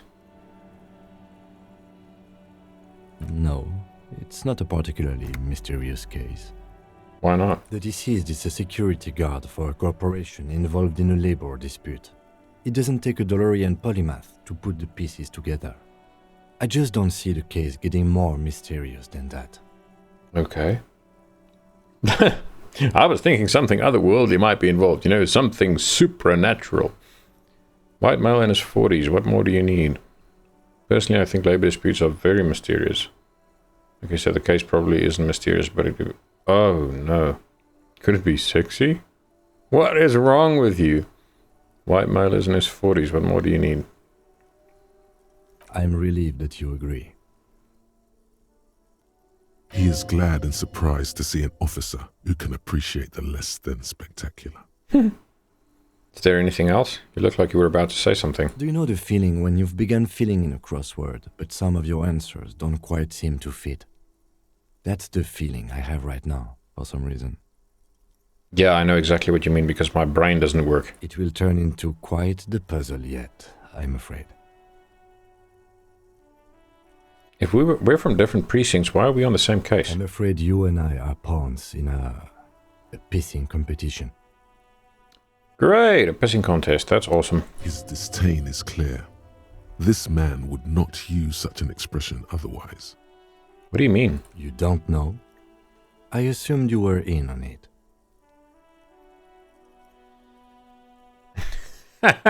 You know what I'm in on. Retrograde amnesia. Better still than an imbecilic cop-off. Cop-off? It's just stupidity. We shouldn't waste any more time on it. If you want my take, ask me after we've inspected the victim. Okay, cool. Let's go. Anything else you wanted to know about the case? No, I've got everything I need now.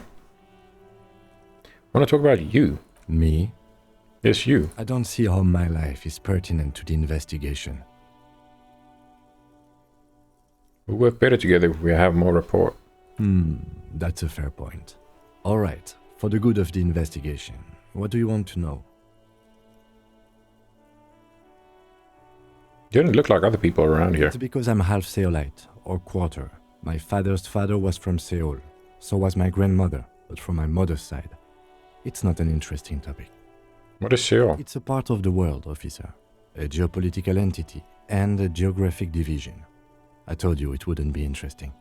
Seoul is a protectionist, isolationist, pan-Isolari state west of the Insulindian Isola. Actually, it's quite interesting.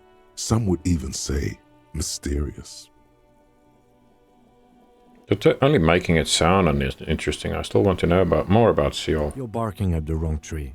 I don't speak a word of Seolite. I've never met either one of my grandparents, and I've never been to Seoul. I'm a regular Revacholière. Okay. You're wearing glasses. That's correct. You feel a slight urge to put the lieutenant down for this, but you can't quite muster enough testosterone. Why would I want to put the guy down for it? Just observing. I guess you don't need glasses, then.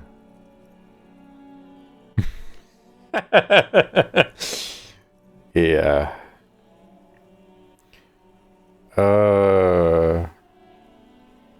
He threw me for such a loop just now. Okay, so, do you ever talk with yourself? What do you mean? You know when you're thinking, do you ever have conversations with, like, your brain? I have no idea what you're talking about. Okay, so you don't talk to yourself. That's good. Keep it that way. The lieutenant's conceptualization skills must be rather rudimentary. The lieutenant is a police officer of the old school. His concerns are material and extrinsic. Okay. But this isn't an old school case.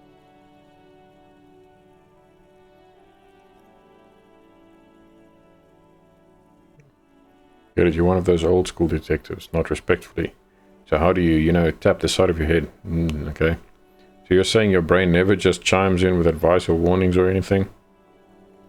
Well, let's just go with the respectful one. That makes you the new school? God spare us. For real detective work, nothing beats a good notebook by your side. The lieutenant produces his small blue notebook and idly thumbs through a few pages. I mean, I wouldn't call myself new school. Looking at my face, I might be older than you are. That's where his conversations with himself take place. Right. We all have our different mediums. His is written. Why would he tell me a secret about himself? I'm not going to ask the guy for his secrets. That's all for now. Let's change the subject. Yeah, obviously he's following me. We're on a case. What the heck? We're not gonna ask obvious questions. The pissing competition. Apparently there was a pissing match between Precinct 41, yours, and Precinct 57, Kim's. Ask him about this after the initial inspection of the dead body is done. Okay. Ooh, we have another finished quest. Yeah. Okay. Let's just have a chat with the gardener again. What were you doing in the greenhouse in March? Well, this might be the last snow we get. At least I hope so. Okay. Snow has nutrients in it. Helps everything green up in the spring. At least that's what my grandma always told me. Okay. Yes, think about the cute grandma, not the weird snow.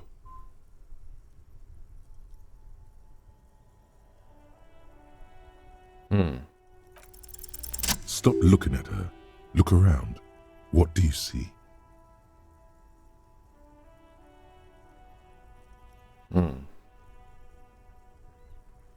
Traffic jam, plaza, and entrance to the yard. That's right. And the canal, the bookstore, the harbour gates. This is a great vantage point for keeping an eye on you. Noted, but I'll keep it to myself. I don't want to alert her to the fact that I'm aware she's looking at me. Glad to have been of service. Now you know the locals are keeping tabs on you. Interesting. Interesting.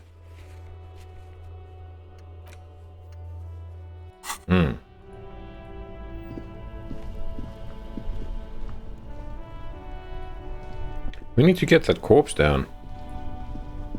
Before you stands a motor carriage. The bodywork is covered in blue and white livery, bearing the number 57. Okay, so this is Kim's car. Vapor emanates from the large engine on the back of the vehicle. It hasn't had time to cool off yet. This must be the infernal machine that tore you from oblivion. The Caprice Kinema motor carriage.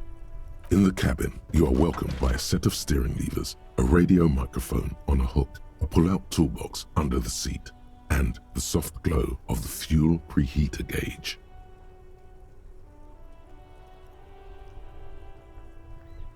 Pull-out toolbox.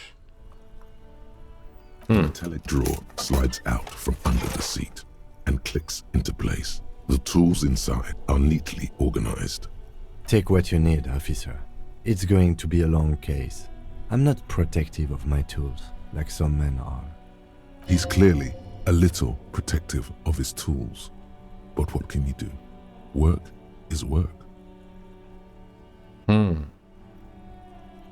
pry bar, rubber-handled chain cutters, hand-cranked flashlight. I kind of feel like I want to take the pry bar. But the chain cutters can also be useful. The pry bar feels nice and cold in your hand, heavier than you'd think.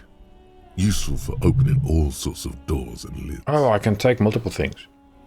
The handles are long and sleek. Snap, snap, go the cutters in your hand. Alright, take the hand-cranked flashlight. It's robust, weatherproof, and well-made. Police issue, blue. Cool. Lets you see things in the dark you would otherwise miss. Okay.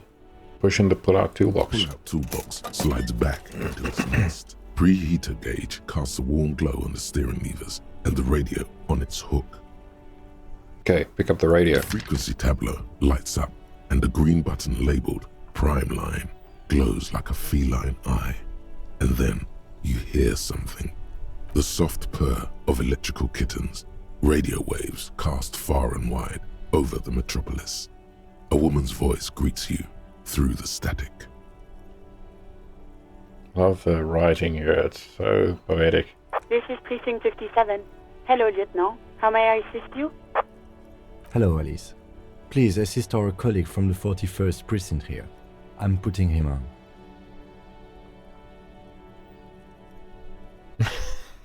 What is this guy on? Come in, dispatch. Come in, dispatch. Come in, Delta 10. This is Firewalker. Copy. Hi, Alice. This is the officer from 41st Precinct speaking. Nice to meet you. This is Officer Alice Demetri, Precinct 57. How may I assist you?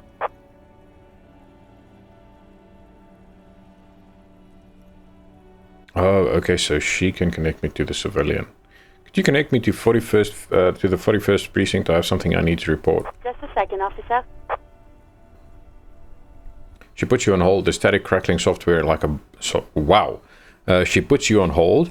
The static crackling softly like a bonfire. After a while, you hear an old man greet you from the radio. His rattly voice is oddly familiar. 10-2, 10-5. This is 41st. Come in. Over. Jules Perdue, okay? A scrawny old man sits in a dusty cubicle, smoking, with a large white rectangle sewn on his vest. In front of him is a box-shaped apparatus with an array of wires and antennas. The radio switchboard. Okay. The man uses relay code. You got this. You're a cop, and cops know relay code. Okay.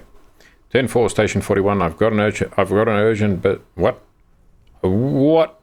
10-4, Station 41. I've got urgent business. Over. 10-4, message received. 10-5, relay message. What's your status? Over. Just reporting and over. 10-18, state your message, sir.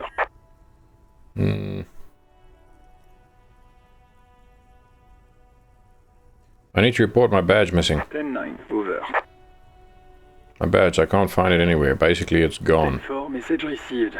This is a very serious situation. I need to 10-22 the captain. Over. Is it him? What does he want? Ooh, okay. Says he lost his badge and needs to report it. He what? He lost his badge? Yeah, I'm just gonna stay quiet. Who lost his badge? Oh man, this is becoming a spectacle. Dick fucking Mullen. Who do you think? Oh, I just found out what my name is. Dick Mullen. Okay. It's Officer Dick Mullen from the bestseller Dick Mullen and the Lost Identity. Fighting off laughter. Oh man. Okay, well at least I know what my name is. Thank you for that. Dick Mullen is not your name.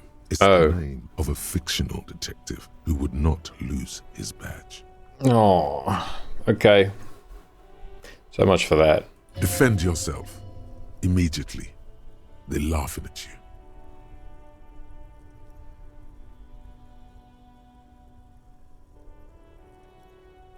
I mean, they've kind of got a right to laugh because this guy's been drinking so much he literally forgot who he is. Can't we just move on? I want to get a report and be done with. 10-4, I hear you, officer. I'm just going to make a note here that you are in pursuit of your misplaced badge. Over. Track down your badge, okay. Fuck me. Mac, come here. You've got to hear this. Dick Mullen lost his badge. What's going on? Super Cop here lost his badge. He lost his what now? His badge. He lost his goddamn fucking badge.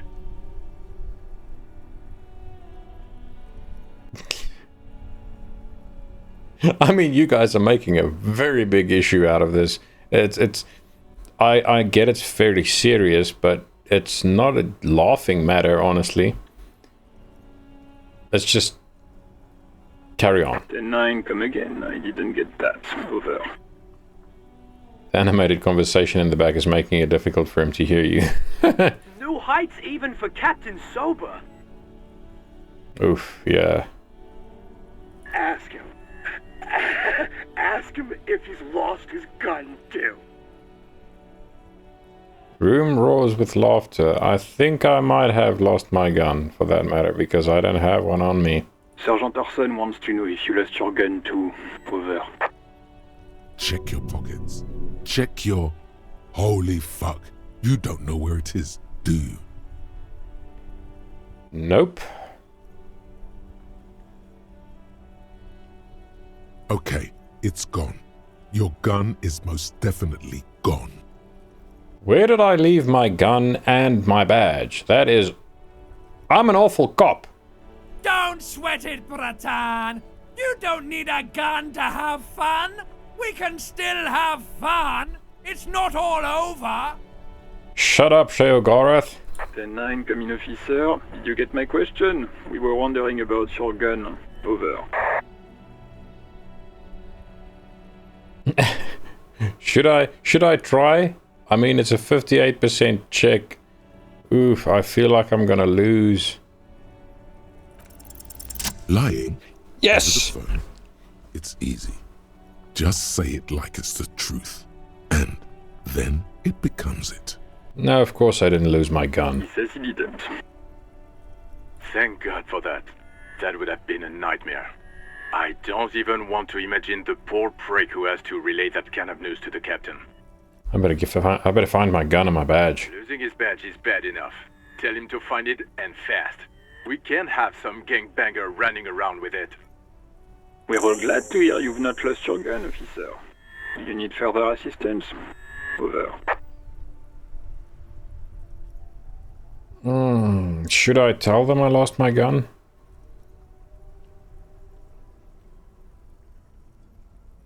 I don't know if I should tell them.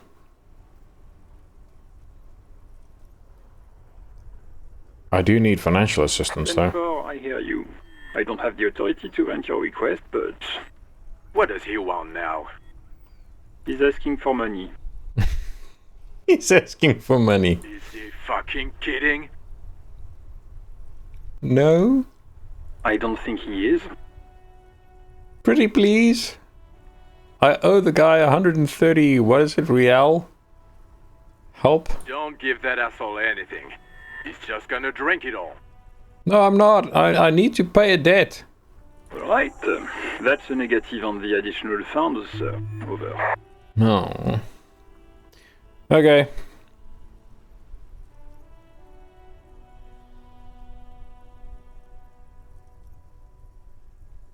Okay, I heard you. No funds. Anything else, sir? Over. Guy's sounding so exasperated. He's like, can we just finish this transmission?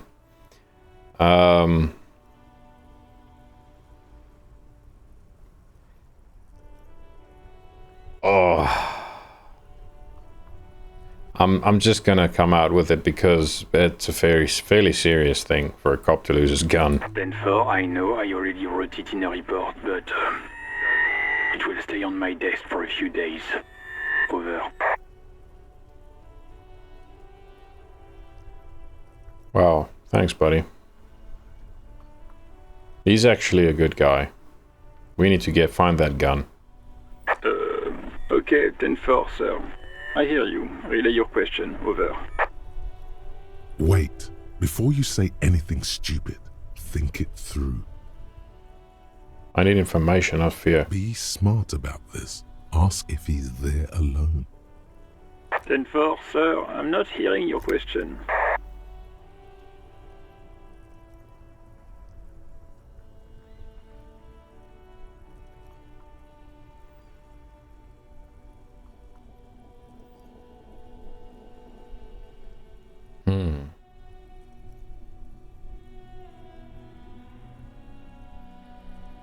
What?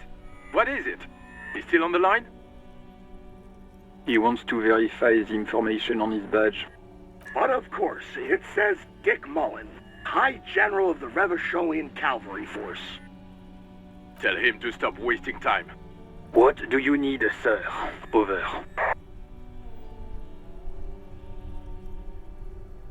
I want to know who I am. Tell me my name, someone, please.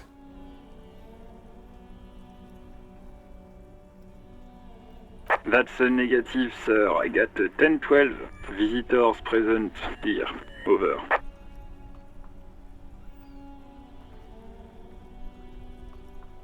Alright, let's wrap this up because this is getting weird. Understood, sir.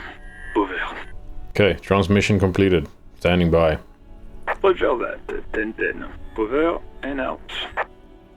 18 kilometers to the south, in the 41st Precinct's relay booth, a small crowd has gathered around Communication Officer Jules Oldboy Pidier, around a dozen cops. The small room is filled with cigarette smoke, abuzz with laughter when Officer Judith Minot enters. Her left arm is in bandages and her hair trimmed short. Okay. Officer Judith Minot. What is going on here? Did something happen? Startled. Jean... I don't know how to pronounce these names. Vicamer. What happened is my partner made contact. It's not good. He's lost his badge and his sidearm. He seemed confused, delirious even. He stops to think. So he's my partner. Mac, the torso Torson, is finger-fucking his fist, laughing hoarsely and apparently telling some dirty story to his partner, Chester McLean. I don't like this guy. Yeah, Mullen was fucked, alright. Sounded fucking drunk to me. Yeah, Mac's right. This was some gnarly shit there. I mean, before he started begging for money, it was... Enough! None of this is funny. It's fucking sad. That's what it is. He's a cop. He's one of us, goddamn this. We must help him. Aw. I actually care. Yeah? How do you fucking plan to do that, huh? Get him off the drink? Go jogging with him in the morning and get him on carrot juice? He's a lost man. I mean, it kind of feels that way. I just know we can't give up on him when he's at his weakest. He wouldn't.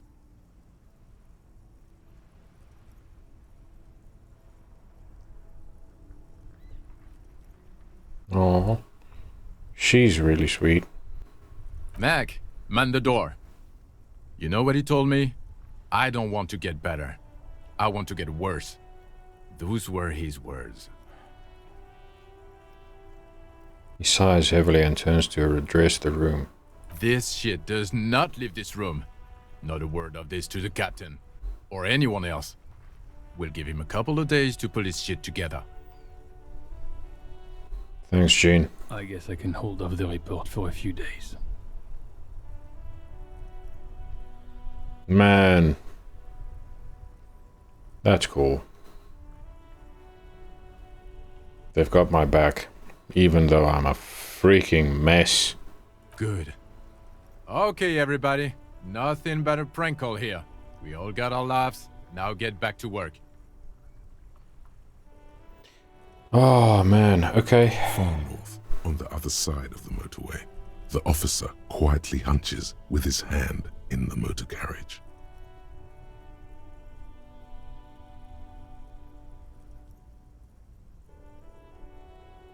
Okay, close the door.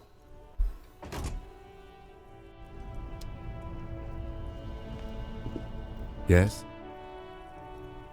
Okay, never mind. So nothing new. How on earth are we getting that corpse down? What's this? Some great tectonic force has cracked the pavement like an eggshell. Yeah, there's been an earthquake here. I love the visual style of this game. It looks so nice. Everything is an oil painting. Or a water painting, actually. It's like more like a watercolor. Feel like a traveler. The man mutters to himself, accenting the beats as he goes. Tommy Lahom. A simple little cadence. He seems to be making it up as he goes. Keep listening. From another place. planet. Hey there. What's going on here? It's the jam, my man. Motions toward the sprawl of lorries with a sweeping gesture. What's the jam? Traffic jam for the ages. Harbor gates up the street are shut tight. No explanation given. Workers on strike, scabs agitating, an all-around clusterfuck. Oh, shit. Meanwhile, we're all stuck here in long-haul limbo for days upon days upon days. Man, how long have you been here? Feels like forever. Like I was born on this here roundabout and this was all I ever knew. Just me and the metal and the tires, the oil and the fumes and mazout.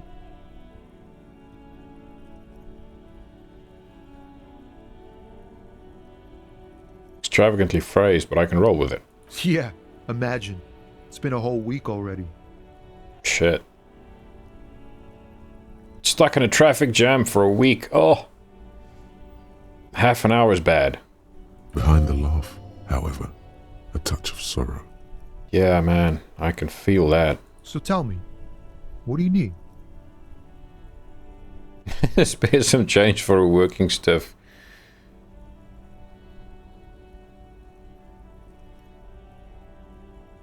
What are you hauling anyway? Oh, high-grade narcotics, illegal firearms, stuff like that. Okay. That's a blunt thing to say to a cop. Time to arrest him. Relax. He's merely joking.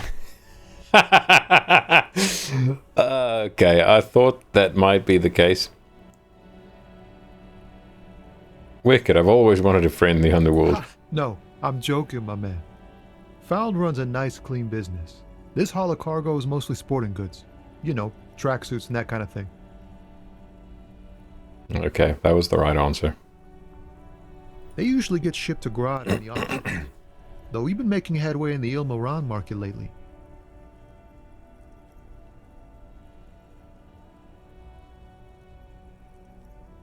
Why would I want a tracksuit?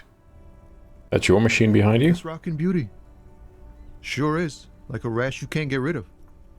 You interested in heavy-duty cargo machinery? A motor lorry, also called a camion, on Caillou and neighboring islands. This one looks roughed up enough to be some sort of found rust bucket. Maybe the A6. Okay. That a found A6 you got there? Good eye, my man. Yup, she's an old one, but reliable. Me and her spent a long time together. Okay. There it is again. A little touch of sadness beneath his cool. He thinks he's spent too long in this lorry. Could I get one of those phone tracksuits you're holding? We're pals and all, but I can't just freely hand out the merchandise. The bosses won't be happy. Pretty much what I thought. Right, another question? The man taps his fingers rhythmically against his arm. Tell me more about this strike. What was this? Formidable. Oh, no. Tell me more about this strike. It's like whatever's going on over at the docks. Workers got a blockade set up, making demands. No way in or out. What's the union demanding? Some pretty wild stuff, I hear. Like a giant new power crane in half the company? I forget what exactly. Good on them, I guess. Yeah, except you're stuck here because of it. I've heard talk there's a company rep in town, too. Like a strike negotiator type. They'd know what's up. Precise demands and so on. Okay. Ah, yes. From the Wild Pines. We'll meet her soon enough, I'm sure. What do you think the company wants? They want to keep that money flowing in, my man. Ka-ching. He doesn't blame them, but he's not on their side. That's for sure. Anything else I should know? Anything else? Yeah, this ain't really my area of expertise. I just do my job and get paid. I have things to do and places to be. All of us do. All of who? Us lorry drivers. Camionneurs. You still hang around here waiting for this mess to end. Most have scurried off somewhere to get drunk or high. Or laid. Not that I blame them, really. Not you? Not my thing. Chasing transient pleasures is a drag these days. I prefer the examined life now. Thinking, reflecting, observing.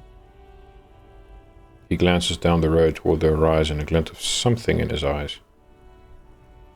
Know anything about the dead man? The one hanging behind the hostel there? He ain't one of us drivers. I know that. All accounted for. Otherwise, I haven't really asked about that. Been wasting time right here. Keep him busy. Busy with what, though?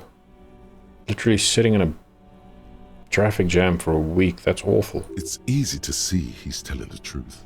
He's kept his nose out of the dark stuff. Yeah, busy with what? Analyzing the fundamental structural and psychological conditions of being stranded in the midst of a sea of motor lorries and their sad, despondent chauffeurs. And your conclusion? A sense of surprise there ain't more bodies hanging from more trees. I can understand that. Alright, well, I'm not gonna freaking ask this guy for money. That's just... no. I'm good for now. Good talk. Don't be a stranger. Cheers, buddy. You seem cool. Oh, I can walk. Oh, that's awesome. I don't have to... that's great. WASD works. What is this? Goods from the lorry haphazardly litter the surroundings. Okay. What are these, magazines? Jump Jams, a popular something. Haha, welcome to Revitrol. What? But bro, you're... Okay. Now I'm... A glossy magazine, most able-bodied men. This issue hosts a top 10 list. Okay. Who's this? Welcome to Revachol. Announces the rotund man. The remark isn't addressed to you, it's addressed to the lieutenant.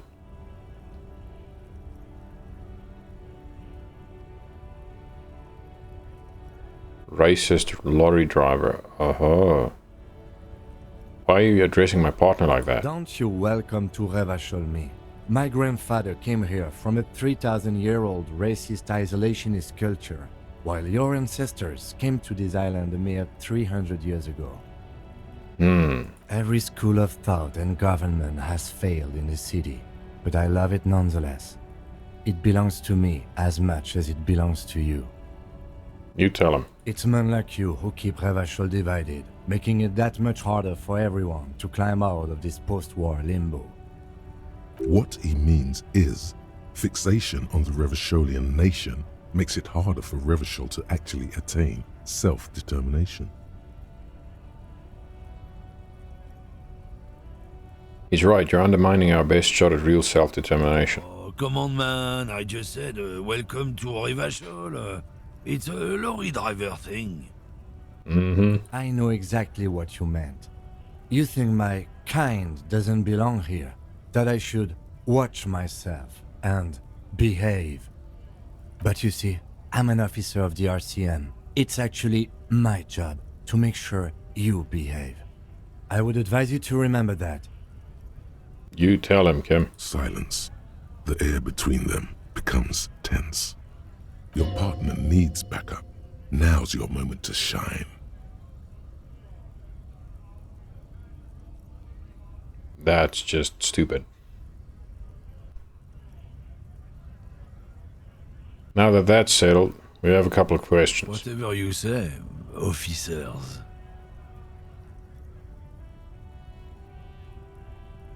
What are you hauling? Oh, not much anymore. I'm here to pick up some cargo, but the dock workers are on strike, so it's a sit and wait on your ass situation. We already know it's been going on for a week. What kind of cargo are you supposed to pick up? Apples. Apples. You've been waiting for a week to pick up apples. You know what those apples look like by now. Apples is exactly the kind of thing you'd say if you had something to hide. Sounds like a cover story to me. Look, as detective, I come from a long line of lorrymen. We got ancient rights and privileges. He loses his patience for explaining it. Oh, I'm here to pick up a load of fucking apples, man. Just regular, Koiko-picked apples. Damn, you're not gonna get more out of him on this. He's put up the wall of racism.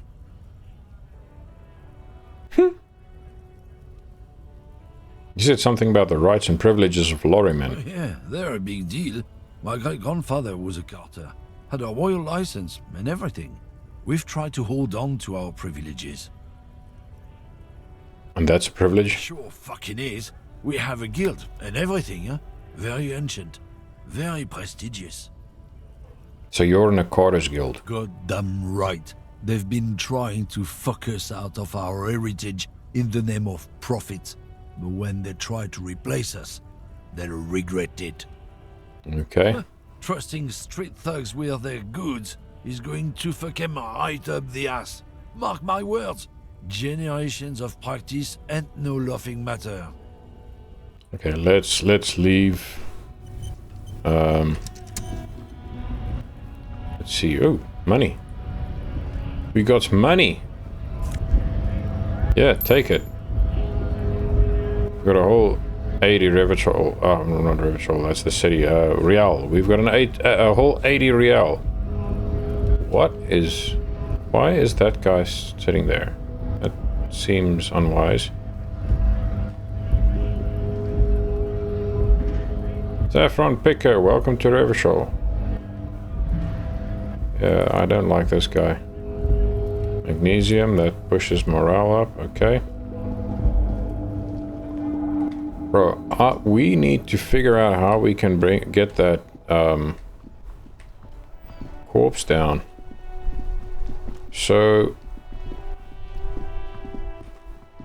what is this?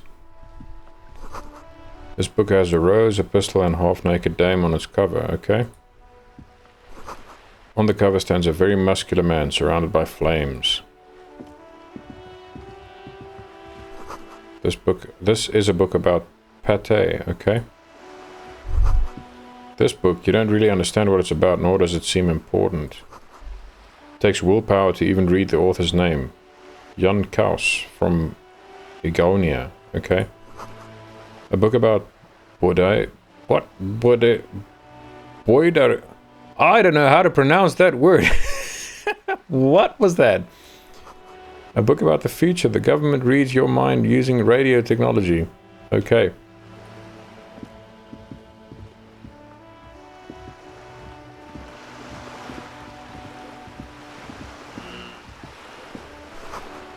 To Roundabout North. Okay. To Capeside Apartments. Capeside Apartments, Martinez Pier. The ad reads broken window. Tibbs has windows. Okay. If you had a bag in your hand, perhaps you could collect these bottles and sell them. Oh. Okay. This coin-operated viewer is facing southwest.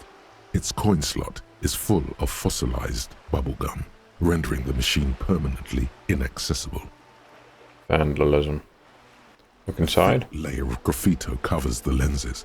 You spell out the word Onuk written on the other side, with N and C scribbled backwards. So Kuno then. That's Kuno on the lens. Mm-hmm. Under the graffito, a sea of blues and greys appear.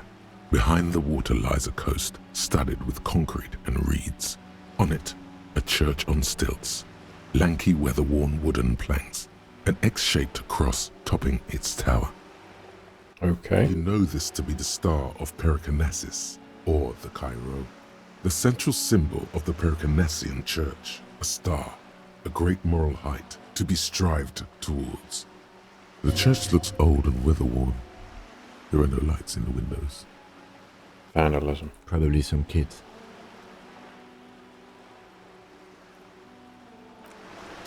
Okay, let's check this one. This coin-operated viewer is facing south. The instruction manual says to insert 25 centimes and pull the handle while looking inside. Then use the focus knob to zoom in if necessary. Why place a tourist attraction in the middle of such poverty? What's a tourist attraction doing here? There was a revitalization project in 49. A design studio tried restoring Martinez to its pre-war glory. It didn't stick. What happened? They got as far as the street lamps and the statue on that intersection. Then something went sour. I suspect that something was Everard Clare, the union leader. He muscled them out. It's how it usually goes around here. Can't we do something about it? We should have done something about the union 10 years ago. That ship has sailed, officer. Okay. What else have we got? Oh, crap. I'm trying to press too many buttons at the same time. Okay, so... What is this? Lonely cormorant surveys the sea, indifferent to your approach. Okay. This boat? The body of this boat shines like it was recently painted. Huh. Okay, before we do this, let's look at this. Cape Side Apartments. Rue de Saint Ghislaine, roundabout north. What's this? Inside the frame of a motorcycle in repair and the tools used to disassemble it. Okay. Hey, up here, piggo. Did she spill the paint? There's a girl up there. Did she spill the paint? Okay. The streets will flow red once more. A great torrent rushing down Rue de Esperance. You wait and see. The girl stares at the sailboat by the pier. The streets will not flow red with anything. Who are you? I'm Cindy the fucking Skull. What else do you want to know? Date of birth, blood type, the last time I was tested for Hep C.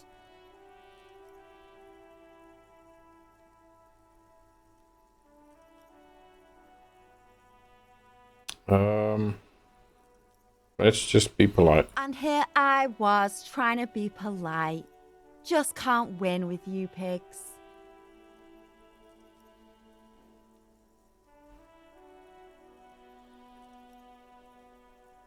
You keep looking off to the side. What are you looking at? The lieutenant furrows his brow at another one of your eccentricisms.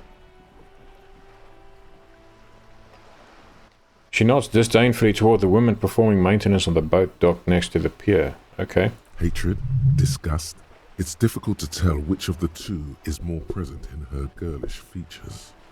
Oof, okay. The woman on the boat does not notice her staring. That is on her. Someone's got to keep an eye on her.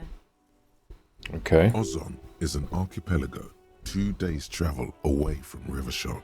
Its moneyed residents, used to posh restaurants and upscale boutiques, rarely have reason to visit Martinez. Who is she? Probably the Wild Pines rep. We should talk to her. She's a professional negotiator, though. I have the feeling she will be very cooperative while telling us nothing. So that's got to do with the union strike. You should take the lead. Ask her unexpected questions, you know? Do your thing. Don't be afraid to get a bit wacky. Throwing her off is our best bet. I mean, I can do wacky, especially with my tie talking to me and all. Good idea, piggies. Run along now. Fuck her shit up good. Impound that boat while you're at it. I'd like to watch her swim back to Ozon. You know anything about the recent murder? I ain't no snitch, Pigstein. Go forth and forage in someone else's shit. No shortage of squealers in these parts. Okay. Actually, there is a shortage of people who talk to us in a normal, calm, informative manner. Yeah. We weren't put on this earth to make your life pleasant, fucko. I mean, I'm not going to ask her what she's doing to the wall. It's obvious what she's doing. Catch you later, Cindy. Watch your back, ungulate. You've got eyes on you. I noticed.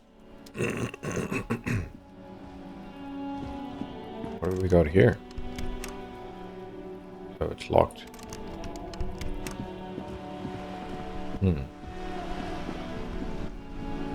What's that? Looks like there was more construction here once, decades ago. Okay. And we have... what is this? Docking reserved for residents of Rue de Saint Ghislain 33A, okay. And then this. Your room in the Whirling isn't much bigger than this sloop. This is worth more than you'll ever earn in all your life. A striking woman leans against the cabin top of her sailing boat, smiling as you approach. Her green raincoat glistens with droplets. A silk scarf is tied around her throat. Good morning, officers. I'm Joyce. Okay, well, she's not from here, so probably a little bit more used to dealing with cops. Joyce L. Messier. I represent the board of Wild Pines, the owners of the harbour. You gentlemen must be from the RCM.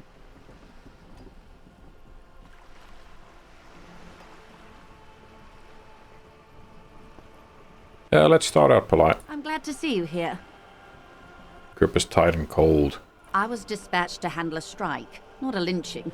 Anything I can do to assist the RCM in this matter, I will, gladly. Okay. That is good to hear, madame.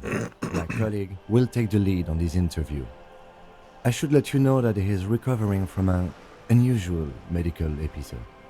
Very unusual.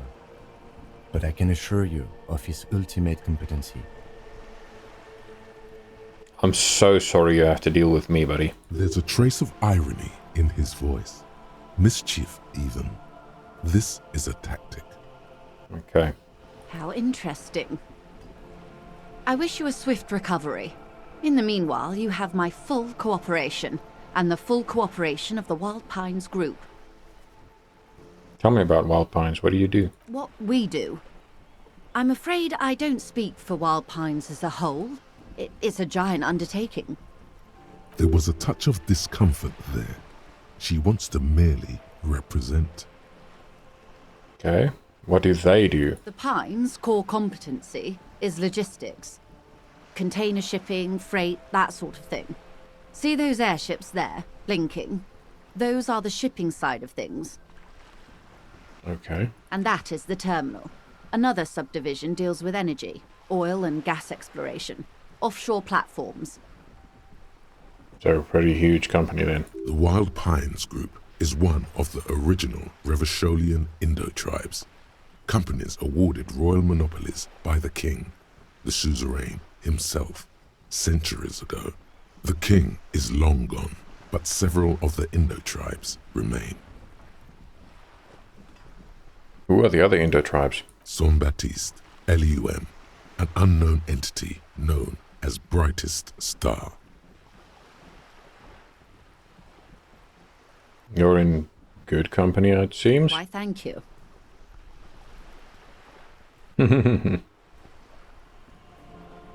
How much money does Wild Pines have? I'm not at liberty to discuss the company balance sheet, but I can tell you that last year, the company booked more than 20 billion real in revenue. Wow. 20 billion is a large number, but the conglomerate employs 72,000 people. They all need to be paid. Then there are capital improvements, interest payments. Wave hits the sloop, she grasps the mainstay for balance. A conglomerate the size of the Wild Pines is like a shark. If it stops moving, it will die. Then what becomes of those 72,000 families? It's a tremendous responsibility.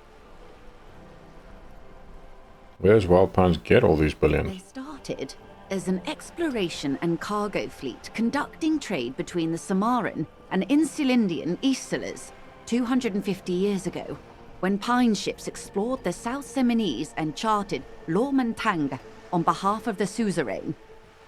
Okay. Centuries of care, deliberation, and madness have gone into this endeavor. Vessels pass through the great unrest to re-emerge with apricots in tow. The logic of the system is totalizing.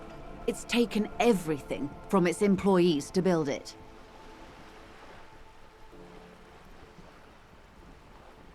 Probably helps to start out with a royal monopoly. You know more than you let on. Certainly it helped, but most of the original Indo tribes have failed, or been absorbed. To survive, Wild Pines had to grow and adapt. No suzerain did that.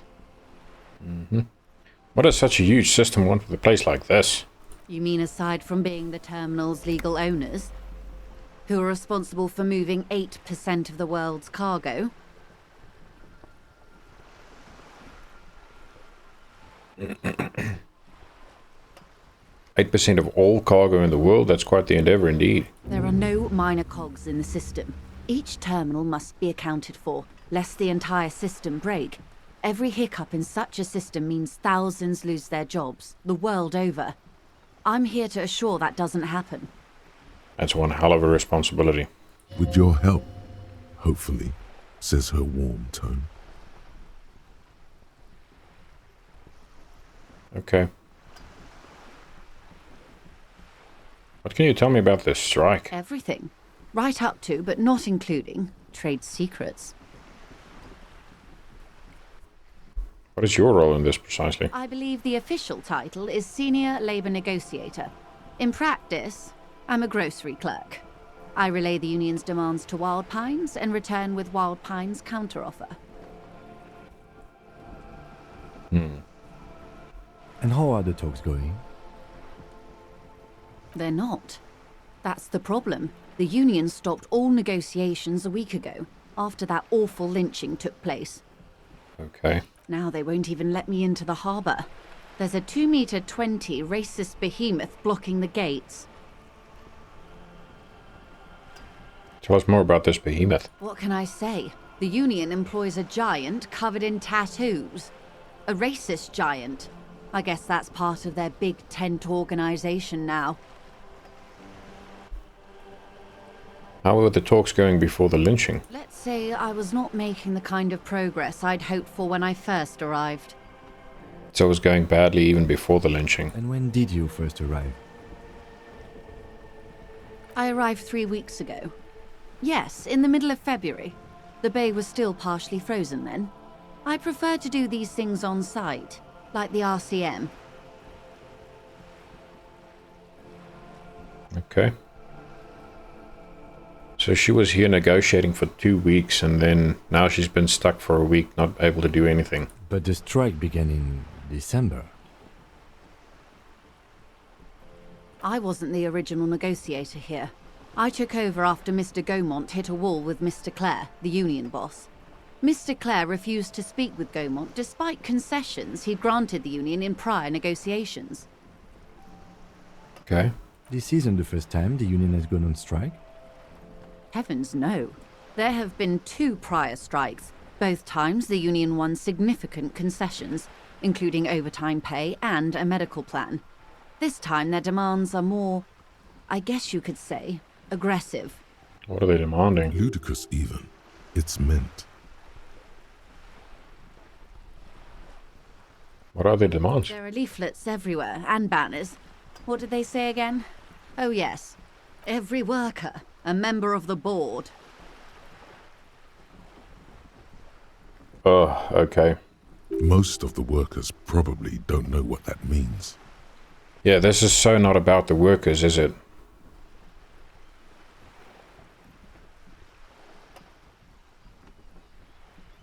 Over-aggressive commie posturing. In its defense, another said, demand democracy. Pretty tame stuff compared to every worker, a member of the board. Most of them probably don't even know what that means. Fortunately, they explained it. Every time the Wild Pines group makes a decision about anything, it needs the signature of each of the 2,200 workers in its Martinez terminal. Talk about bureaucracy and red tape. Good grief. Just so you understand, this is but one of 22 terminals owned by Wild Pines. Essentially, not only are they kings of the company, they are also kings of the 72,000 employees of Wild Pines Group.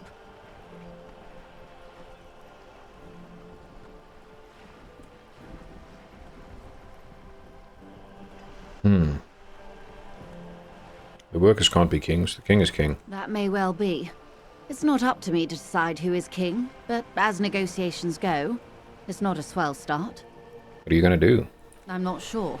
Naturally, I assume that was just their opening position, a hard-nosed tactic with a side of mockery.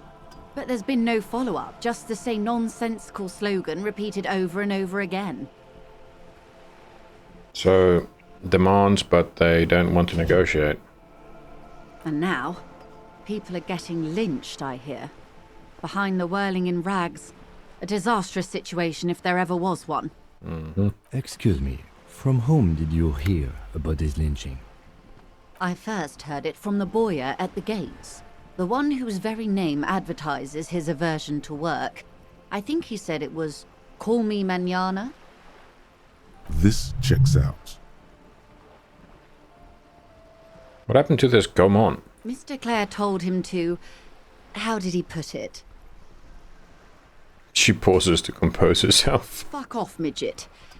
Gaumont is short of stature, you see. Wow. Not cool. Keep in mind, this is a negotiator Mr. Clare has worked with before, and who was more than fair with him and the Union. Sounds like usual aggressive posturing. The scabs at the gate, did you put them there? Scabs? You mean the huddled masses of Jamrock, come to plead for work where the Union refuses to?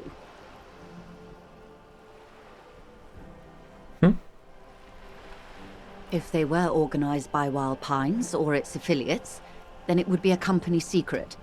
I could not share it with you. Not right now, at least. So she's not saying yes or no? It's implied. She's open to discussing this matter with you at a later occasion. Tell me about this Union boss, Mr. Clare. Everard Clare is a man of the utmost integrity. If you can say one thing about him, it's that he always puts the interests of the workers first. Really? Of course not. Everard is fantastically corrupt. I imagine he has a thick, viscous goo where you and I have blood. Oof. Is he that bad? He is the most corrupt individual I have ever seen, and I deal with men like him for a living. If there is anyone more venal, more irredeemably nepotistic, then it's his twin brother, Edgar.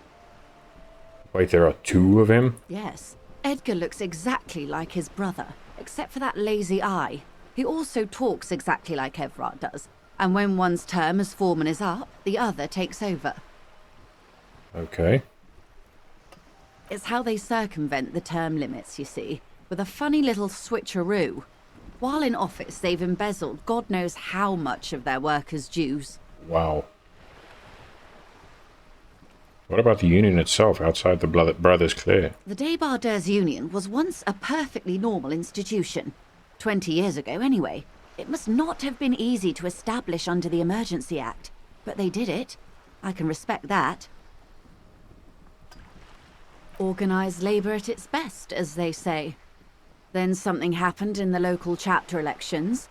The Brothers Clare came and transformed it into a... how do you say? She hesitates, looking for the right expression. A mob. The Débardeurs are a crime syndicate. Sad as it may be, I suspect we'll be forced to cooperate with them. Refreshingly honest, officer. The company has tried appeasing in the past, but I'm afraid our concessions have only emboldened Everard and his brother.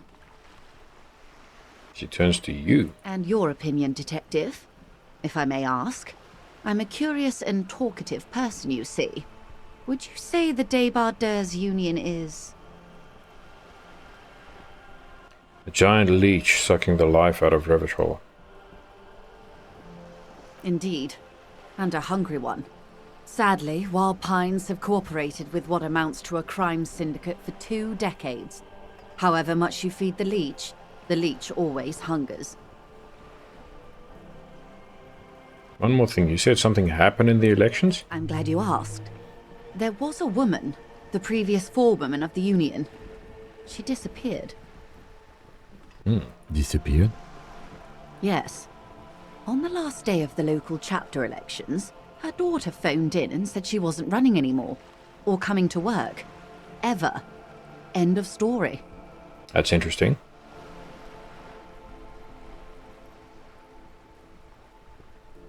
On the last day of the local chapter elections, her daughter phoned in and said she wasn't running anymore, or coming to work ever. End of story. Some kind of extortion, probably. Indeed. The company suspects foul play, but there's nothing they could do. It was a union matter. The point of the presentation is, these kinds of things happen around the Clares. Watch out when you're dealing with him.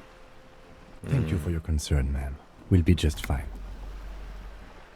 That's all I need here. Let's change the topic. Of course. How else can I help? What can you tell me about this lynching? Quite a few things, I'm afraid. The information I'm to share with you includes sensitive trade secrets. For the sake of my employer, I have to ask for your names and badge numbers.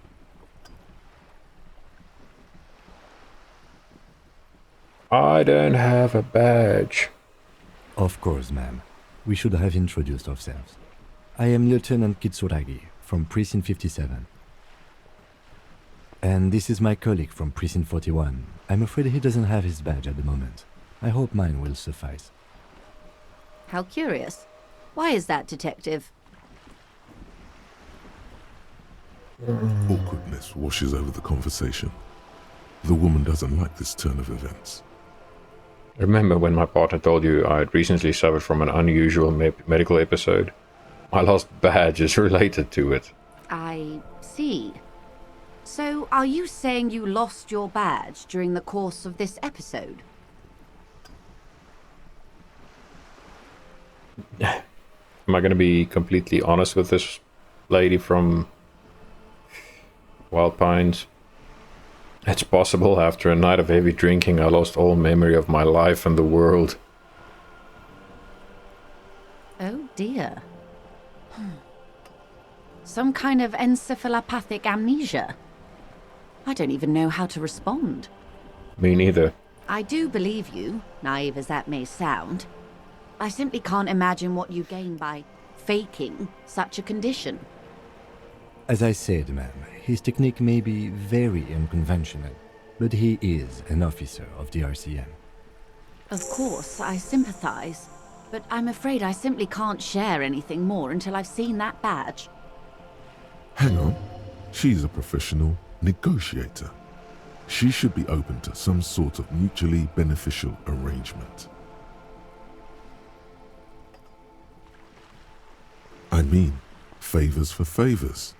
A dirty alliance of some sort. Okay. Consider this. Perhaps she has been planning it all along. That you convince yourself into colluding with her.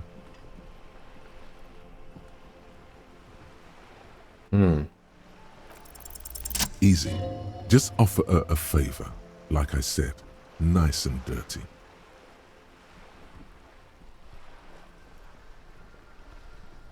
Surely there's some other way to demonstrate our law enforcement credentials? I will be frank with you.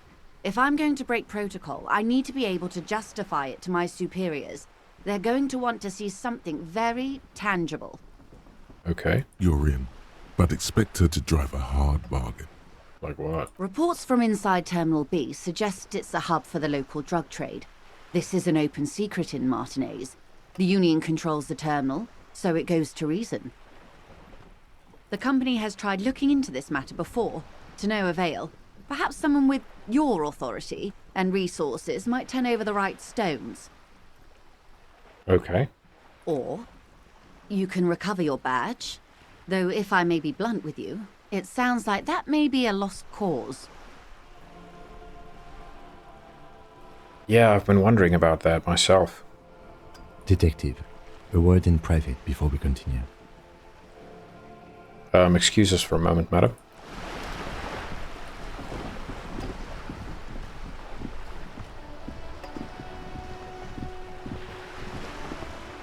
What is it, buddy? This is not going quite as I hoped it would, Detective. How did you hope it would go? Honestly, I was expecting you to use your unorthodox technique to keep her off balance and, not volunteer us to be her henchman. Really? I thought it was going so well. This woman is running circles around us. She might have known about your misplaced badge all along, or she's simply an adept improviser. Either way, we've played straight into her hands. Did we, though? He doesn't let it show, but there is a limit to how much the consequences of your unprofessional behavior can cost the investigation. Maybe this is all her plan. She might have heard about you.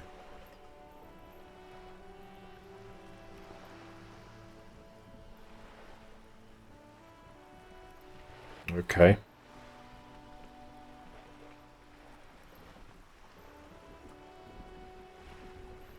We could just, find my badge. Oh, that would be fantastic, but do we have the time? The world is large and your badge is 8 by 6 centimeters.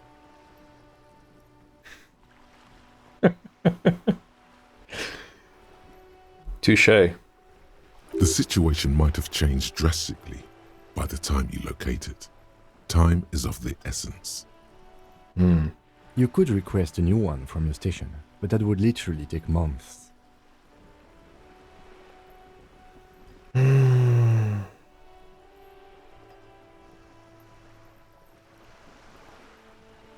I'm sorry for putting us in this situation. I'll handle it.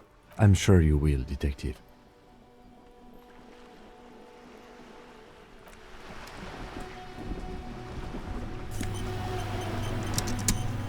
More magnesium.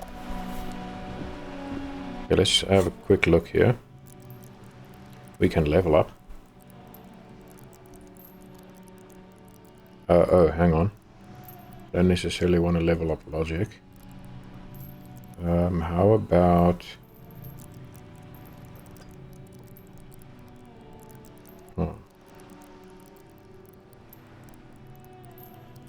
Logic, encyclopedia, conceptualization, visual calculus.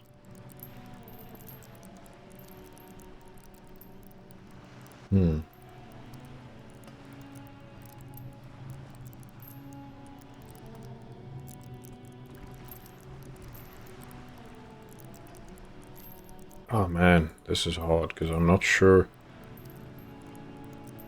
Perception is like kind of important.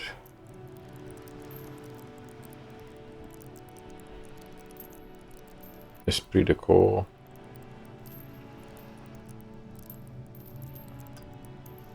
I've got one skill point available. Perception, maybe?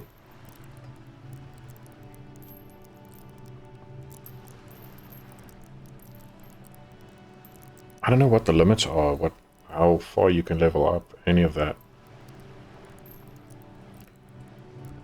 But also...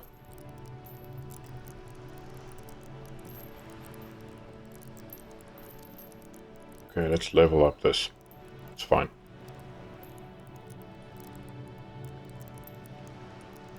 Okay. Tools. We have a pry bar, chain cutters, and a flashlight.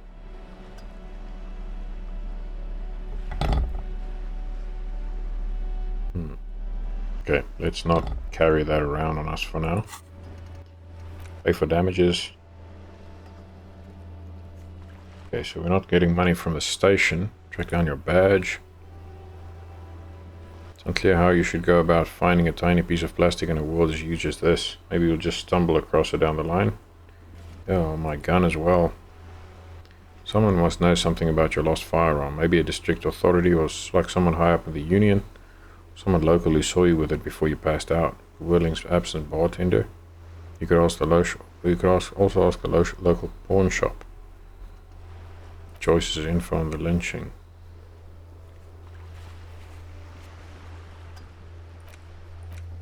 Okay.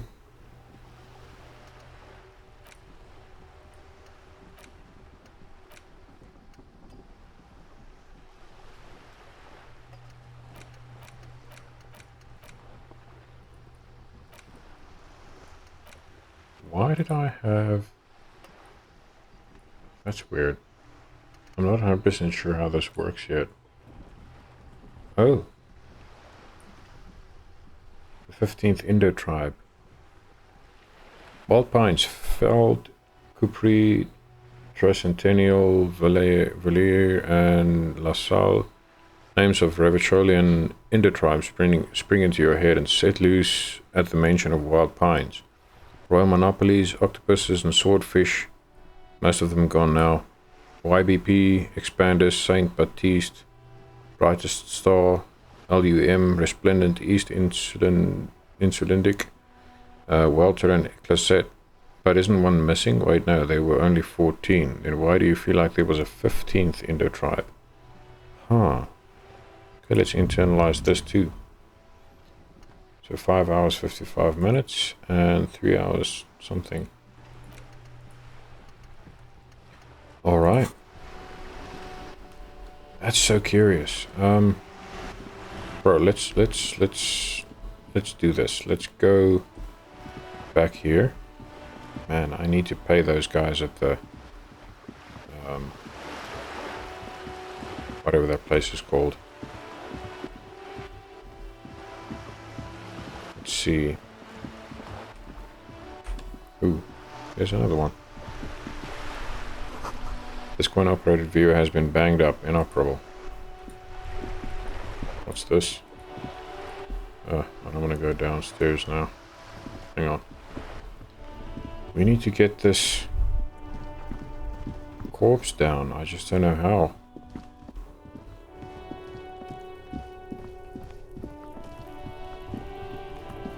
In all honesty.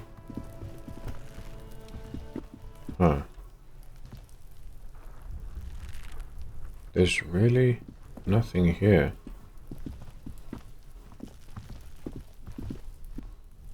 Can we reach that somehow? Nope. This is also blocked off. Oh.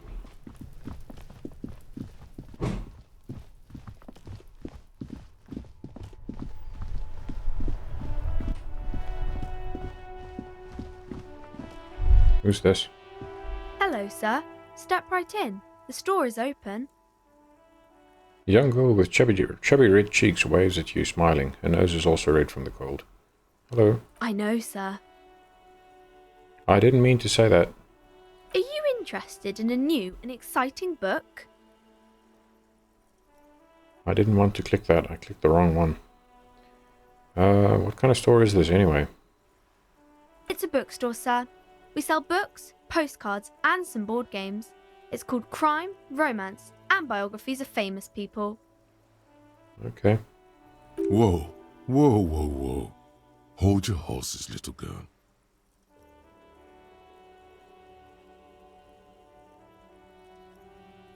Don't be ridiculous. I know all these things. You're fooling nobody. Don't you sass me. Sir, are you okay? You've been standing here silently for a while now. Is it okay if I ask you some questions? Okay, sir. I'll try to answer any questions you have. I hope they're about books. Who are these famous people? Oh, kings and queens and generals of old, or artists and writers, or musicians, those kinds of people. There's usually something extraordinary about them. She scratches her cold reddened cheek, then continues. I think that's why people read them, to find the secrets of their fame. Seems like most people who read those books fail to get more famous from reading them.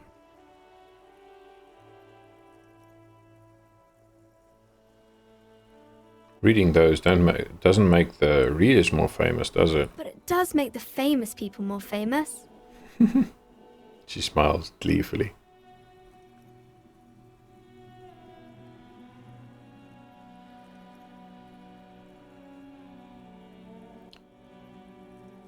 Huh. I mean, I don't want to break them down, but I also don't want to...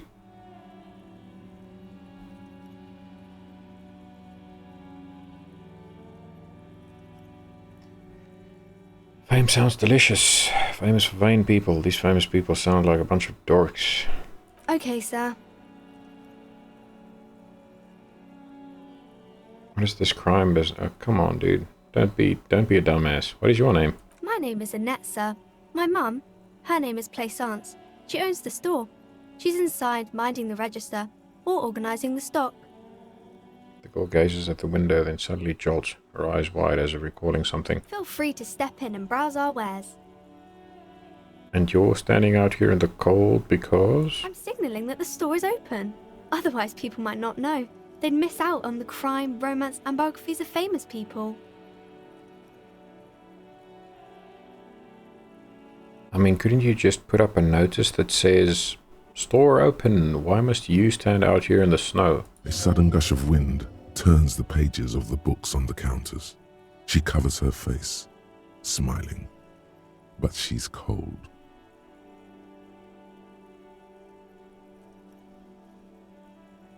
I could help by brutally dismantling the free market.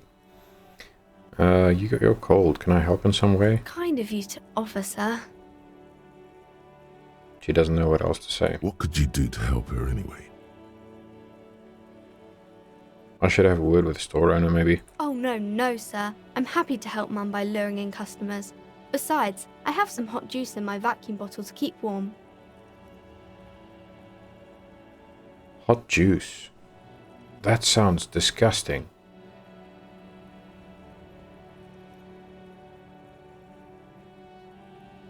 Should you be at school or something? I do my studies at home at the moment. I have to help Mum keep this place running.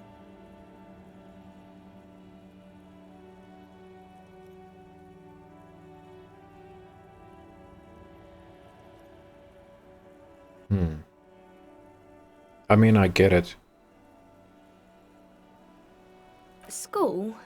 Well, mine is a big yellow building on Boogie Street, and the people there run it. They say it's a charity. Isn't going to school more important than this? Mum says it's necessary to do both, because it builds character. Mum says a proper worker is dutiful. That's how you get ahead in life. You succeed. Okay. How's the business going? Mum says it's peachy. She was a little afraid at first. There's talk about this house being cursed. Oh, okay. Behind her, the window has been boarded up. You sense the boards creaking, twisting for a second, and some kind of doubt in her tense shoulders. Cursed? In what way? Cursed in the way that makes them say that no business has ever really thrived here, sir. That they all go... Bankrupt? Exactly. But we've been doing fine so far.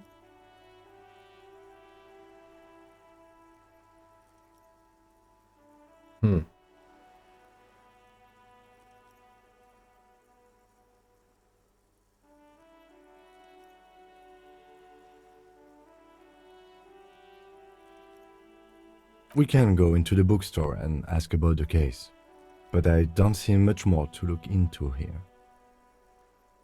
Yes. Please do also look at our wares inside.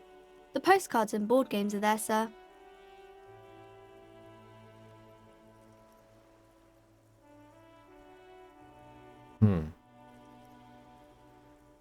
What do you know about the other failed businesses? Nothing really, sir. Mum doesn't allow me to sneak around in the back rooms or the cellar. I don't really know what's there. How does this curse manifest itself? It does not manifest itself in any way. It does not exist. I liked it better when we were asking about famous people. But Kim, the plasmic manifestations. Fine, I'll show you. Anything else you wanted to talk about, sir?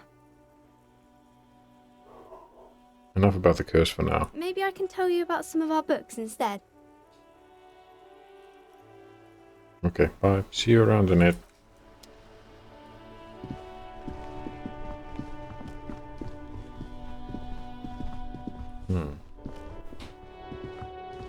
Curious.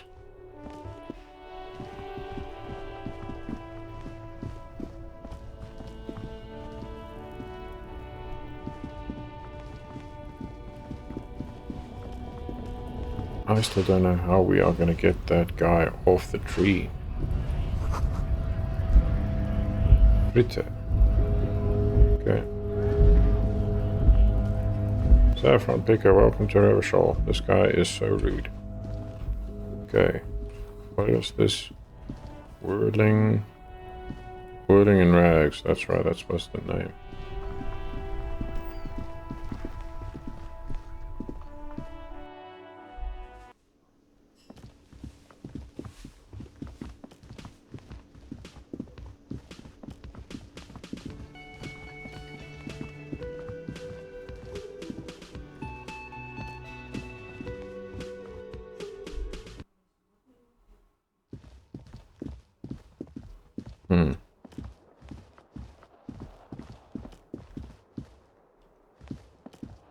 Okay. I need to figure out how to get that guy down from the tree. There's a lot of things to discuss and look at, and I need to call it a night here because it is 1 a.m. and I've been at this for over 3 hours. So I'm gonna close it off for this episode and we'll carry on with the next one. Thanks for watching and see you next time. Cheers.